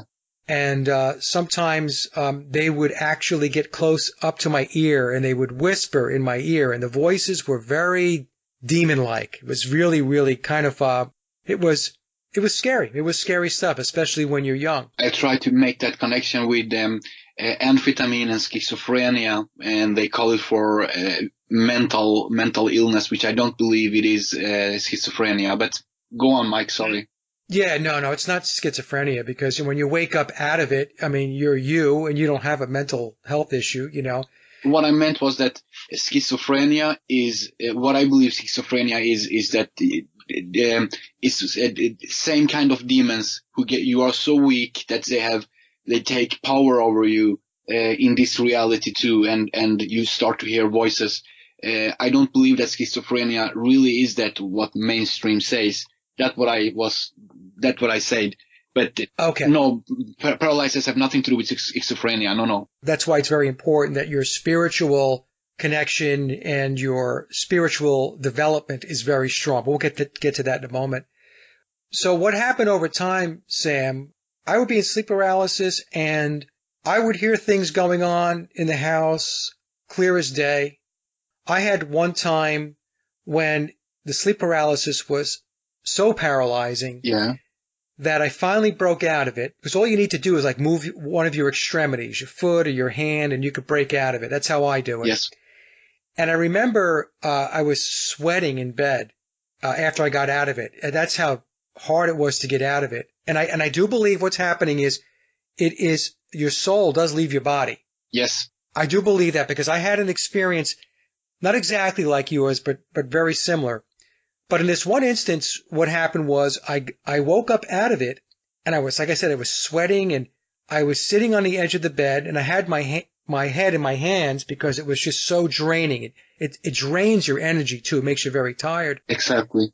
And to the left of me, a little up in the corner of the room, there was a woman's voice, a very wispy voice, but it was very clear. And she said to me, "I wish I could have helped you some more." Oh my God! And you were awake? Have you already? I was awake. It was a disembodied voice, and the voice was very nice. It was very kind, and the way I interpreted it was she was telling me, "I know that was a bit of a rough ride. Yeah. And I wish I could have helped you some more as far as breaking out of it." Yeah. Okay. And it was another time when I had a lot of these, but these are the two that I can kind of remember, which I can tell stories about. Yeah. I was lying in bed, and then I remember you said that you saw yourself leaving the room. I actually became aware of myself sitting up out of my body. So my physical body was still lying on the bed. Yeah. And my soul body was sitting up. And when I did that, to my left, there was this etheric being. It was a woman who had blonde hair. Yeah. And she was reaching her hand out to me. And I could see her clear as day. Mike, have you lost your mother or someone, a woman? No. No, okay. So because when you say a woman, is it somebody you can relate to? No. She was blonde. She was very pretty, but she was in this long flowing dress. She was etheric. I mean, I could see her, but I could see through her. Okay. She was like, you could see, like a ghost. Yeah. Okay. Like a ghost. Okay. Yeah. Yeah. So I'm sitting halfway out of my body, and she extends her hand out to me, and I said to her, of course, this is all done mentally, right? Because you're not speaking. And I said to her, well, I'm not going to give you my hand until you tell me who you are. Who are you? Yes. And she just smiled at me, and I said, well, and she reached her hand out, and I said, well, I need to know who you are first. Yes. And she just smiled, and then she pulled her hand back, and she moved back, and then she just faded away. These are the types of experiences that I've had in sleep paralysis. I am thoroughly convinced, different dimension, different reality. Mike, sorry, I'm interrupting you so much because I'm so up to it. I have so many questions. The first time you saw you feel the voice, did you see any face or only the voice? It was the voice, but I could sense shadow beings. I mean, there was like a dense type of outline of these beings, and so it was scary stuff, Sam. I mean, especially when you're young and you don't understand it. Now, I broke the spell by coming to the realization that once you're in sleep paralysis and you realize you're in it, just become very lucid. In other words, it's like navigating a lucid dream. Yeah. If these beings try to harass you or scare you, because that's what they do, they feed off the fear. Yeah. If you just tell them to go take a hike and you tell them, look, there's no fear, you have no power over me. There's, nothing's going to happen. I know nothing's going to happen. This is just a little game that you're playing.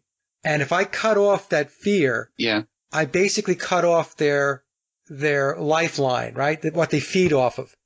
Once I came to that realization, I never had the scary sleep paralysis again. I still get it. Yes. But this time when I get it, it's not scary. It's like I hear my daughter downstairs when she's not downstairs. One time my mother was in the house. My mother doesn't live with me. Yeah, yeah.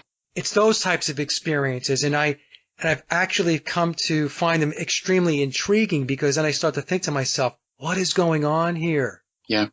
Where am I?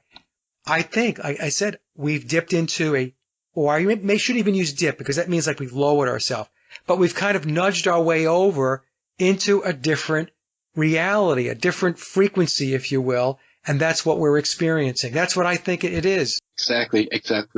How long did it take for you, Mike, till you broke the spell?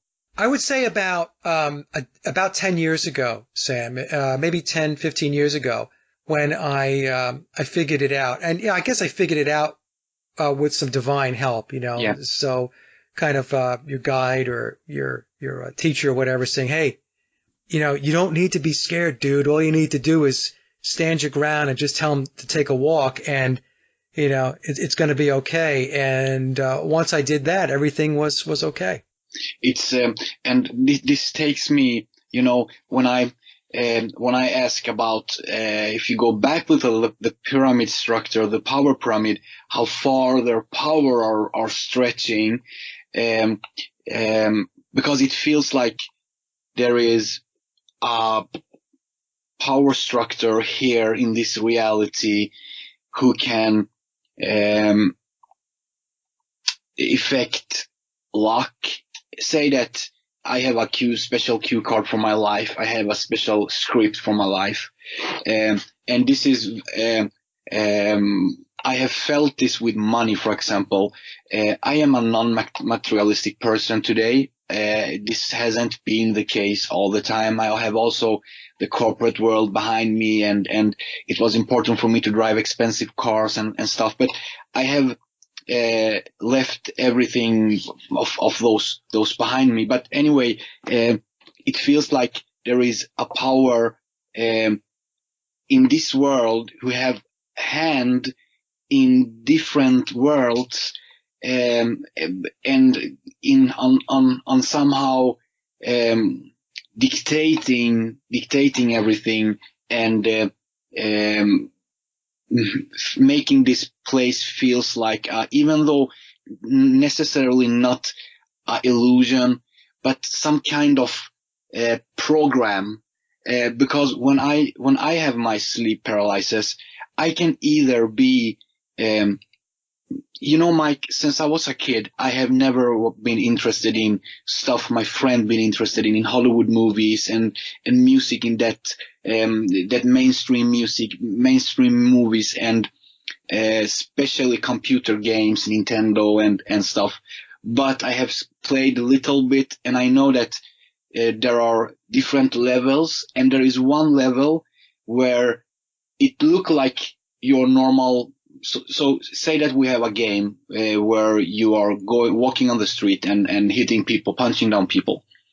You have a level where you can choose where you have exactly the same street, everything is the same, but it's only you. There is no opponent, there is nothing. It's only you, where you can train your power, you can train your moves. And I feel that sometimes when I'm paralyzed and sometimes because I have left my body 3-4 times, maybe 3, and one of those occasions, I just went into a realm where it was just exactly like here, but totally empty of everything. And I felt that this world and this reality have layers, like the game I talk about, and someone above who can dictate like things like luck. So if you have a cue card saying that you are here to learn and you shouldn't have money because with money you will then not reach your purpose. Whatever you do then, you will not make money. You can play lotto every day for a million times. You can have the best business idea and make a big business about it. Isn't it meant for you to have money that period? You will not have it. Can you just give me sorry about this mixed thought that I throw on you, Mike, but what is your thought about all this steering hand and somebody who steers luck, and what is your...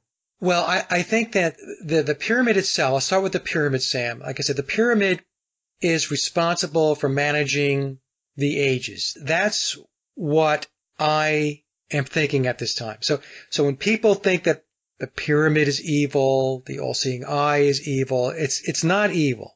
It's sacred geometry, sacred symbolism that's taking place.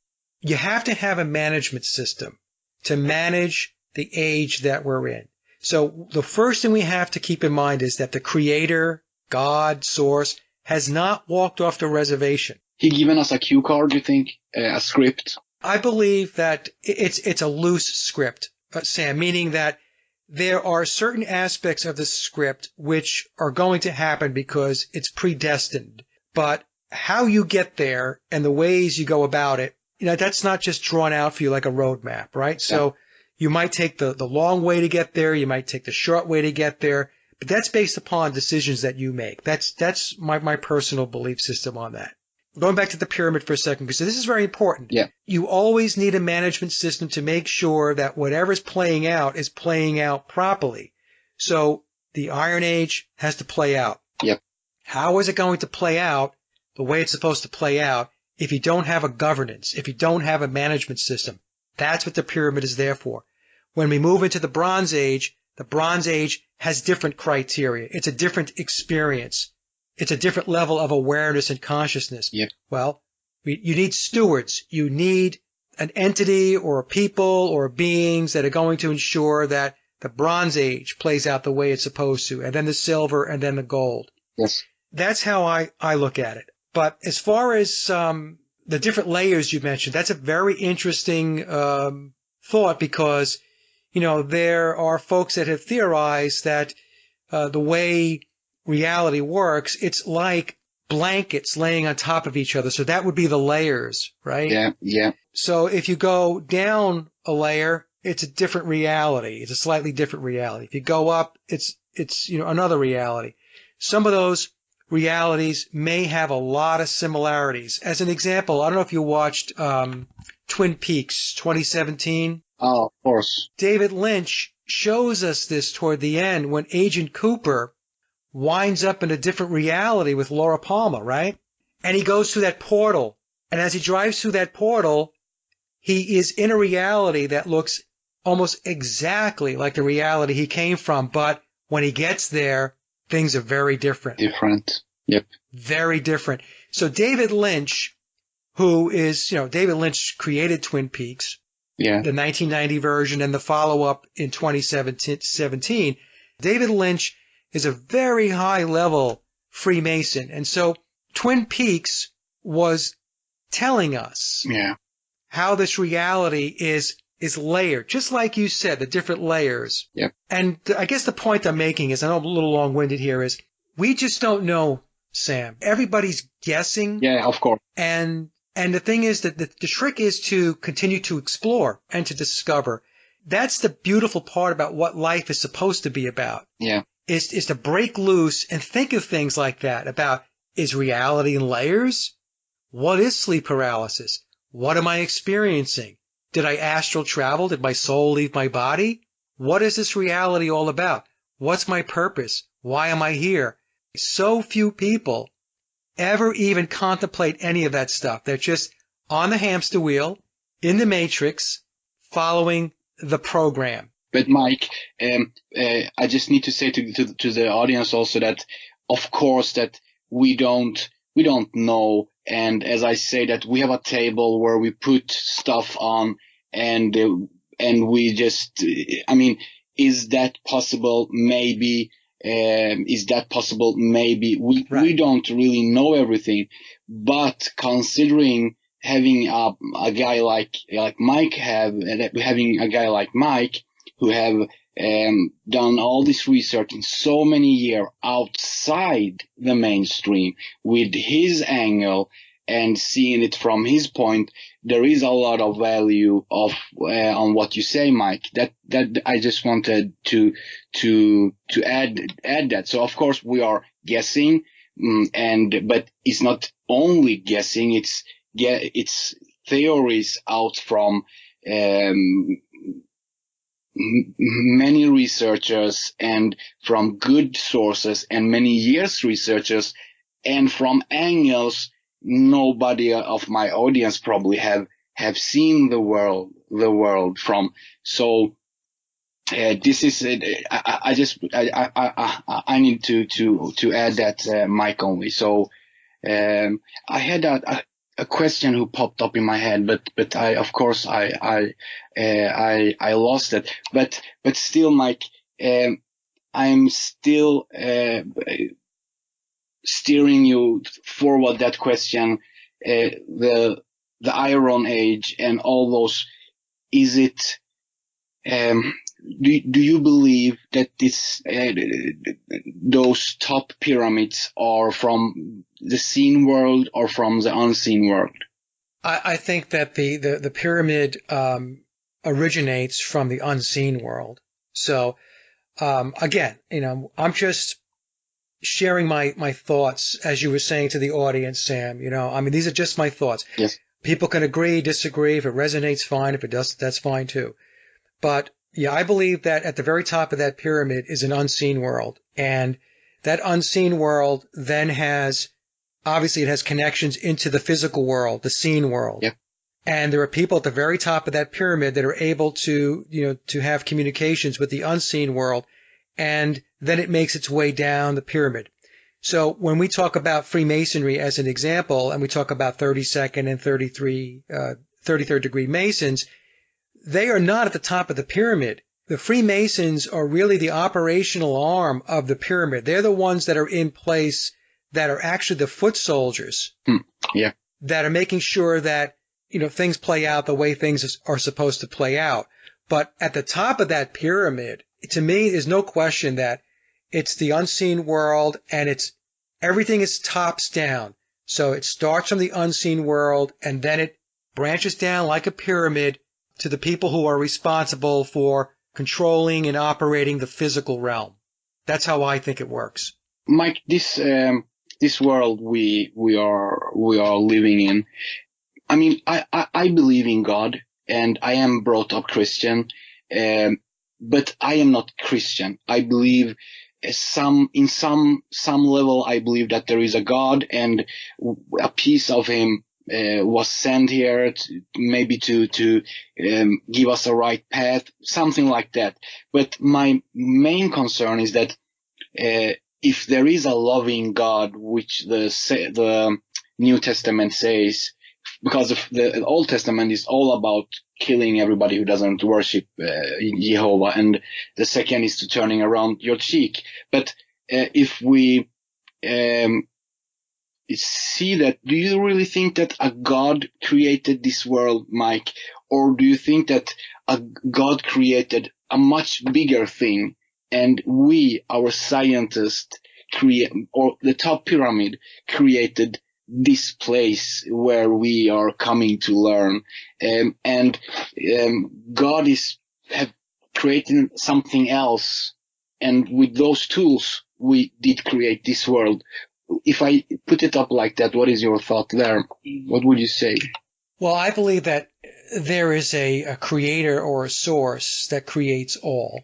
What that creator or source, what it is, I don't know. I mean, could it be just pure consciousness? Yeah. The ultimate in consciousness? Could be. Energy? Could be. Do I think it's an actual person? I don't know. Could be, but I tend to doubt that. I believe that everything is about energy, frequency, and vibration, Sam. Yeah. But Mike, do you think the creator created the world we are in right now? Because I have a feeling that this world is created by us in somehow, and God have probably created another world where we are living in, and which is the real world. And this is this world where, for example, we look out in the nature. I saw one. It's called the Kruger Park. It's a tourist filming 3 buffaloes walking into the ambush. There are 3 lions who are ambushing them, walking into their nest. And suddenly the lion rise up, take one of the buffalo's calves, and the 2 adult buffalo run away. 3 minutes later, or less, 1 minute later, the buffalo come back. They are 30, 40, 50 big buffaloes. They come back. They give the lions a big fight, and even kill one of the lions, and take back the calf and go home. That you would never see on Discovery.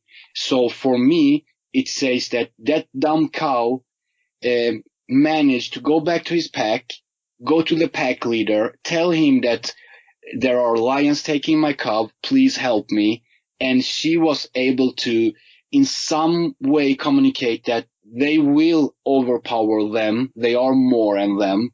And then they decided all together to go back and stand in a special formation and in a special triangle formation and attack the lions.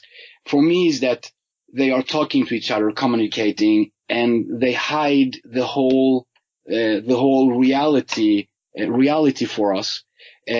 Sorry, Mike, I lost my question now, but I think your question was about a creator. Yes, exactly. Would he create something like that lions kill a cow? Because my point here is that if that cow can go back and talk, then he got feelings like you and me have. He don't want to be scared 24/7 of lions looking above his shoulder all the time. Why would a God create a system like that? Why wouldn't he create a system where everybody were vegetarian if he was loving? And of course, if we are sitting on a beach, we are not learning nothing. We need suffer. We need this. We need, of course, but in that so much, is it, or is it, maybe this is a God's world and it's hijacked. What do you say about that, Mike, about the creator? Have he created this world with all this suffering, or is it we ourselves, our scientists, who have created this world? What do you think about that? It goes back to the ages, Sam. So there is a creator. So if you go to the Hindu Trinity, Hinduism believes in a trinity of gods, and we have many religions that believe that. And we have Brahma is the creator. So if we use Brahma or we use the Godhead, there's a singularity that created all this. But the creator decided, for whatever reasons, I don't know because I'm not the creator. So, but decided that there were going to be cycles. Everything goes in cycles. We have, summer, spring, fall, winter, everything goes in cycles. Life itself is a cycle. You're born, you live and you die. So Earth also goes through cycles. And the creator determined, I should say, that there was going to be these different ages. Yes. So in the Iron Age, we have what we have today. We have everything that we see. Going to the example that you just gave about the lions attacking the young buffalo. Yeah. And then the buffalo going off and getting their pack. Yeah. And saying, hey, we've got a problem, right? Yeah. So, what that means is that the animals are sentient, okay? That's what this means. It means that they are living, sentient creatures. They can communicate, and they do have feelings, and they do love. Yeah. Anybody who questions this, if you have a dog, Yeah. or if you have a cat, you just have to put it into that perspective. We have been, because of this age, because of the Iron Age, Yes. we have been told that animals, Yes. the only value animals have really is for us to chop them up and put them in a supermarket and then barbecue. Crazy. Yeah. Right? That's what we have been conditioned to believe. Yep. All right? Yes. But that's part of this age, Sam. That's why today we have the increase in people who are going vegetarian, Yeah. who are going vegan. Exactly. I saw one meme. It was such an ignorant meme. Person was saying that vegetarians and vegans, what about the animal kingdom where animals eat each other for food and so on? Well, my first response back to that is, we're supposed to be of higher consciousness, Exactly. right? Higher beings than the animals that are hunting in the wild. Exactly. But the thing is, again, not to sound like a broken record, but the age has everything to do with what's going on. And as we migrate, as we transition out of this age, out of this Iron Age, we are going to see a different level of consciousness. Again, that's why vegetarianism, veganism, attention to food in general has come to the forefront. People are not eating or getting away from GMO food. They're demanding more organic food. People don't want their water to be fluoride. They don't want to be vaccinated. They don't want flu shots. We can go on and on and on. Yeah. I have people that I know in my own family, Sam, that 5 years ago, when I talked about eating organic food, they thought I was a kook. Yeah. There's no difference between organic food and GMO processed food. And now, 5 years later, guess what? Guess what they're doing? They're shopping for organic food. Yeah. That's a shift in consciousness. Yep. Something is taking place. Something is in the ether. Something is in the air where more and more people are starting to understand this. And also, we do create our reality. So within this age that I'm talking about, this Iron Age, and we're transitioning into the Bronze now, your thoughts create your reality. So the more you believe in the lies, the more you believe in the deception, you're going to create more lies and more deception. Plain and simple. Thoughts create reality. Everything that exists manifested because of a thought. So you and I right now are talking into a microphone. Somebody had to have a thought about building a microphone. Exactly. Right? Somebody had to have a thought about building a desk or a chair or a rug or a light or a pencil sharpener. That just didn't, come into play because nobody thought about it. Everything comes into play based upon your thoughts. Yes. That's why it's so important to change the consciousness. Because once we change the consciousness and we raise awareness, then people's thoughts change. And when people's thoughts change, then the reality changes. And I think that's part of what we're going through now. That's part of the transition out of the Iron Age into the Bronze. Yeah. We still don't have critical mass. Clearly, we don't have critical mass. The transition, I believe, is hundreds of years. But as you and I move on, people will listen to shows like this. It will resonate with people. Other people will pick up the baton, Sam. They will pick it up. They will carry the message once you and I are not here anymore. I hope so. Absolutely, that's going to happen. I'm seeing it already. I really am. I'm very pleased with the number of young people. I'm talking about people who are in their 20s who are waking up. I mean, they see that this place is not, this is not right. There's something very wrong with the way it's running. And as I mentioned before, that's why it's become a cartoon. Politicians are cartoon characters, our governments and all that stuff, clown shows. And I believe that that's happening because that's how they're going to shake the tree. That's how they're going to get people who are not awake yet to wake up. It's got to get so bizarre and so weird that people will finally wake up and will achieve critical mass. When that's going to be, I don't know. But for people like you and I, we just keep going. That's of course, definitely. Mike, I have a last question before I wrap it up, because I could go on forever with you, and I hope I can have you in the future again. But one last question for wrap it up here is, what do you think and what's your advice when people try to wake up siblings, parents, classmates, colleagues, and the only thing that they get back, and it's one thing, a red thread going through that, a common thing, that those who they try to wake up, their reaction is exactly the same. They're getting very upset, very angry, and they often it end up that the relation ends up, you get yourself enemies. So what's your advice? Should we try to wake others up, and how should the approach be in that case? What's your advice, Mike, to my Swedish audience from the investor group, but also to the Truth group from YouTube? Well, the first thing to remember is priority one is yourself. So the first person that you need to wake up and awaken is yourself. That's number one. So this is an individual journey that we're on. A lot of people don't like that. They like to think in terms of communities. It's communal. You came here as a soul, and as a soul, you are responsible for your own personal individual development as you go through this experience. So that means to explore and to discover as much as you possibly can. Spread your wings as an individual and explore. And take in as much as you can take in. It's important to philosophize. It's important to be introspective and to be open. You must be open. As we go through that, it's natural to want to share the information with family and friends, but we have to be very, very careful about that. I learned the hard way, Sam. I did what everybody else did.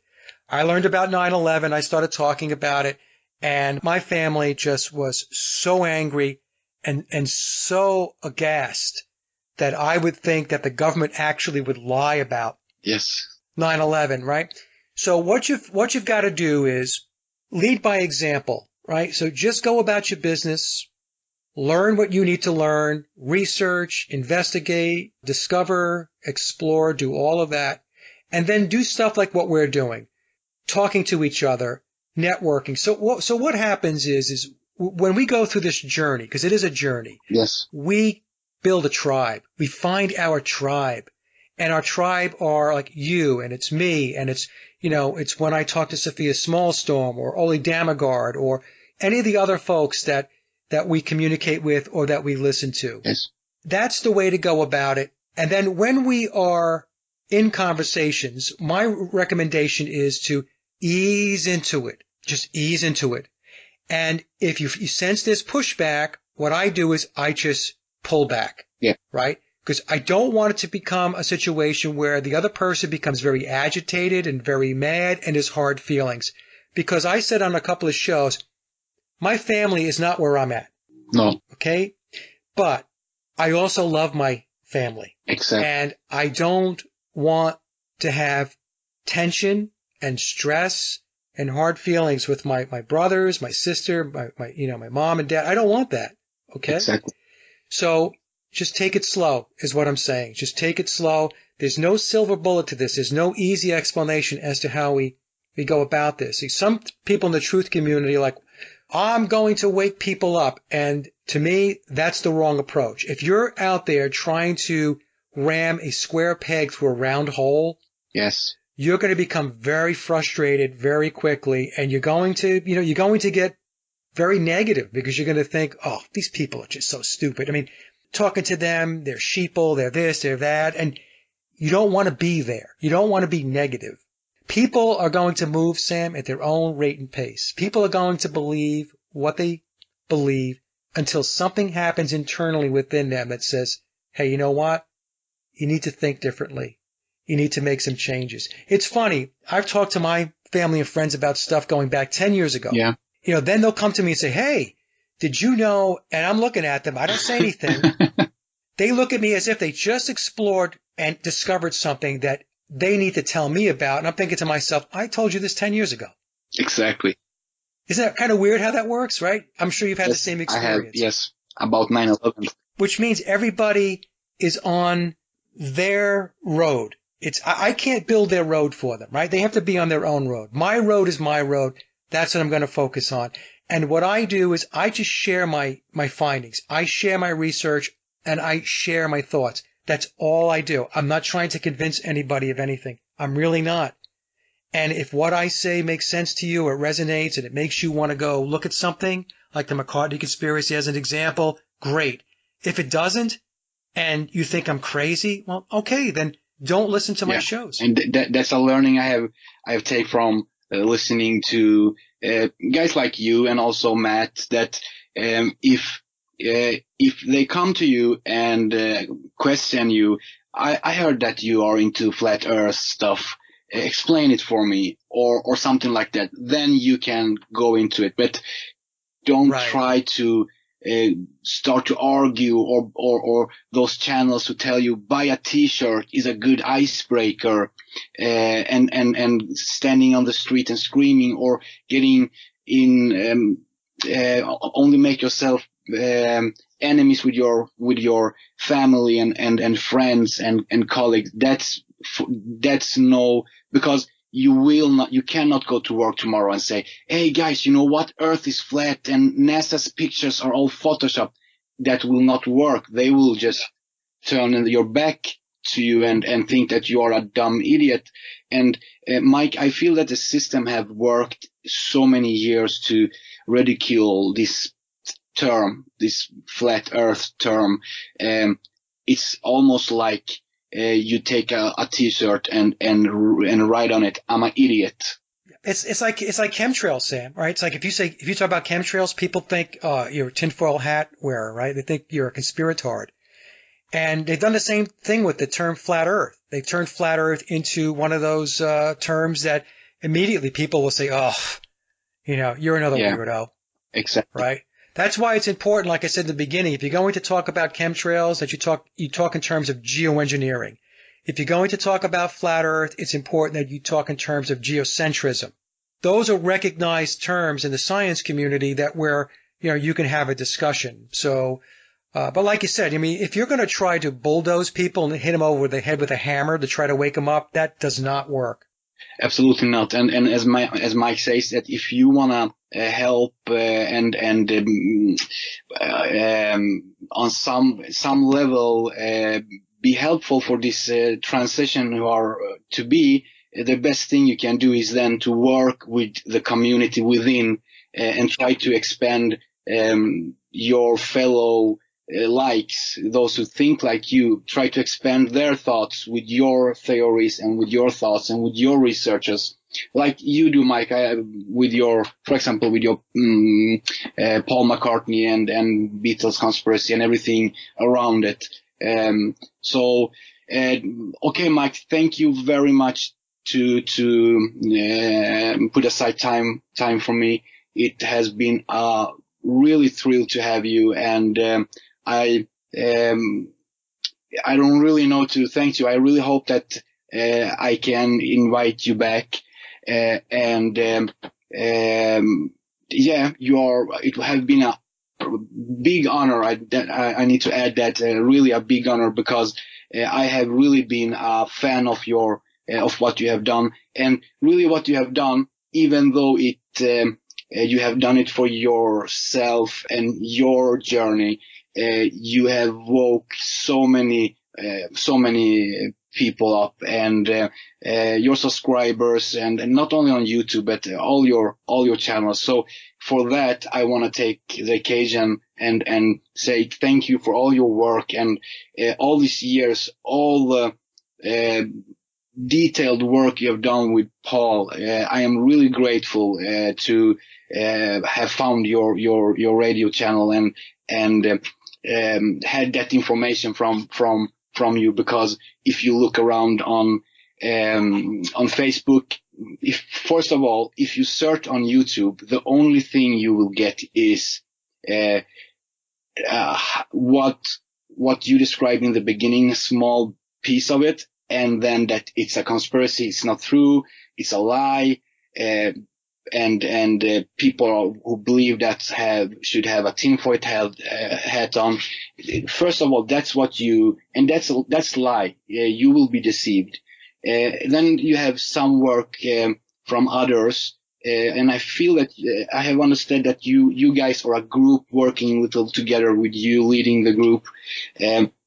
That's the only good work that you can find on YouTube. So I'm grateful for that, Mike, and grateful for having time for us. It has been an honor to have you, and I hope really that I can invite you back, Mike.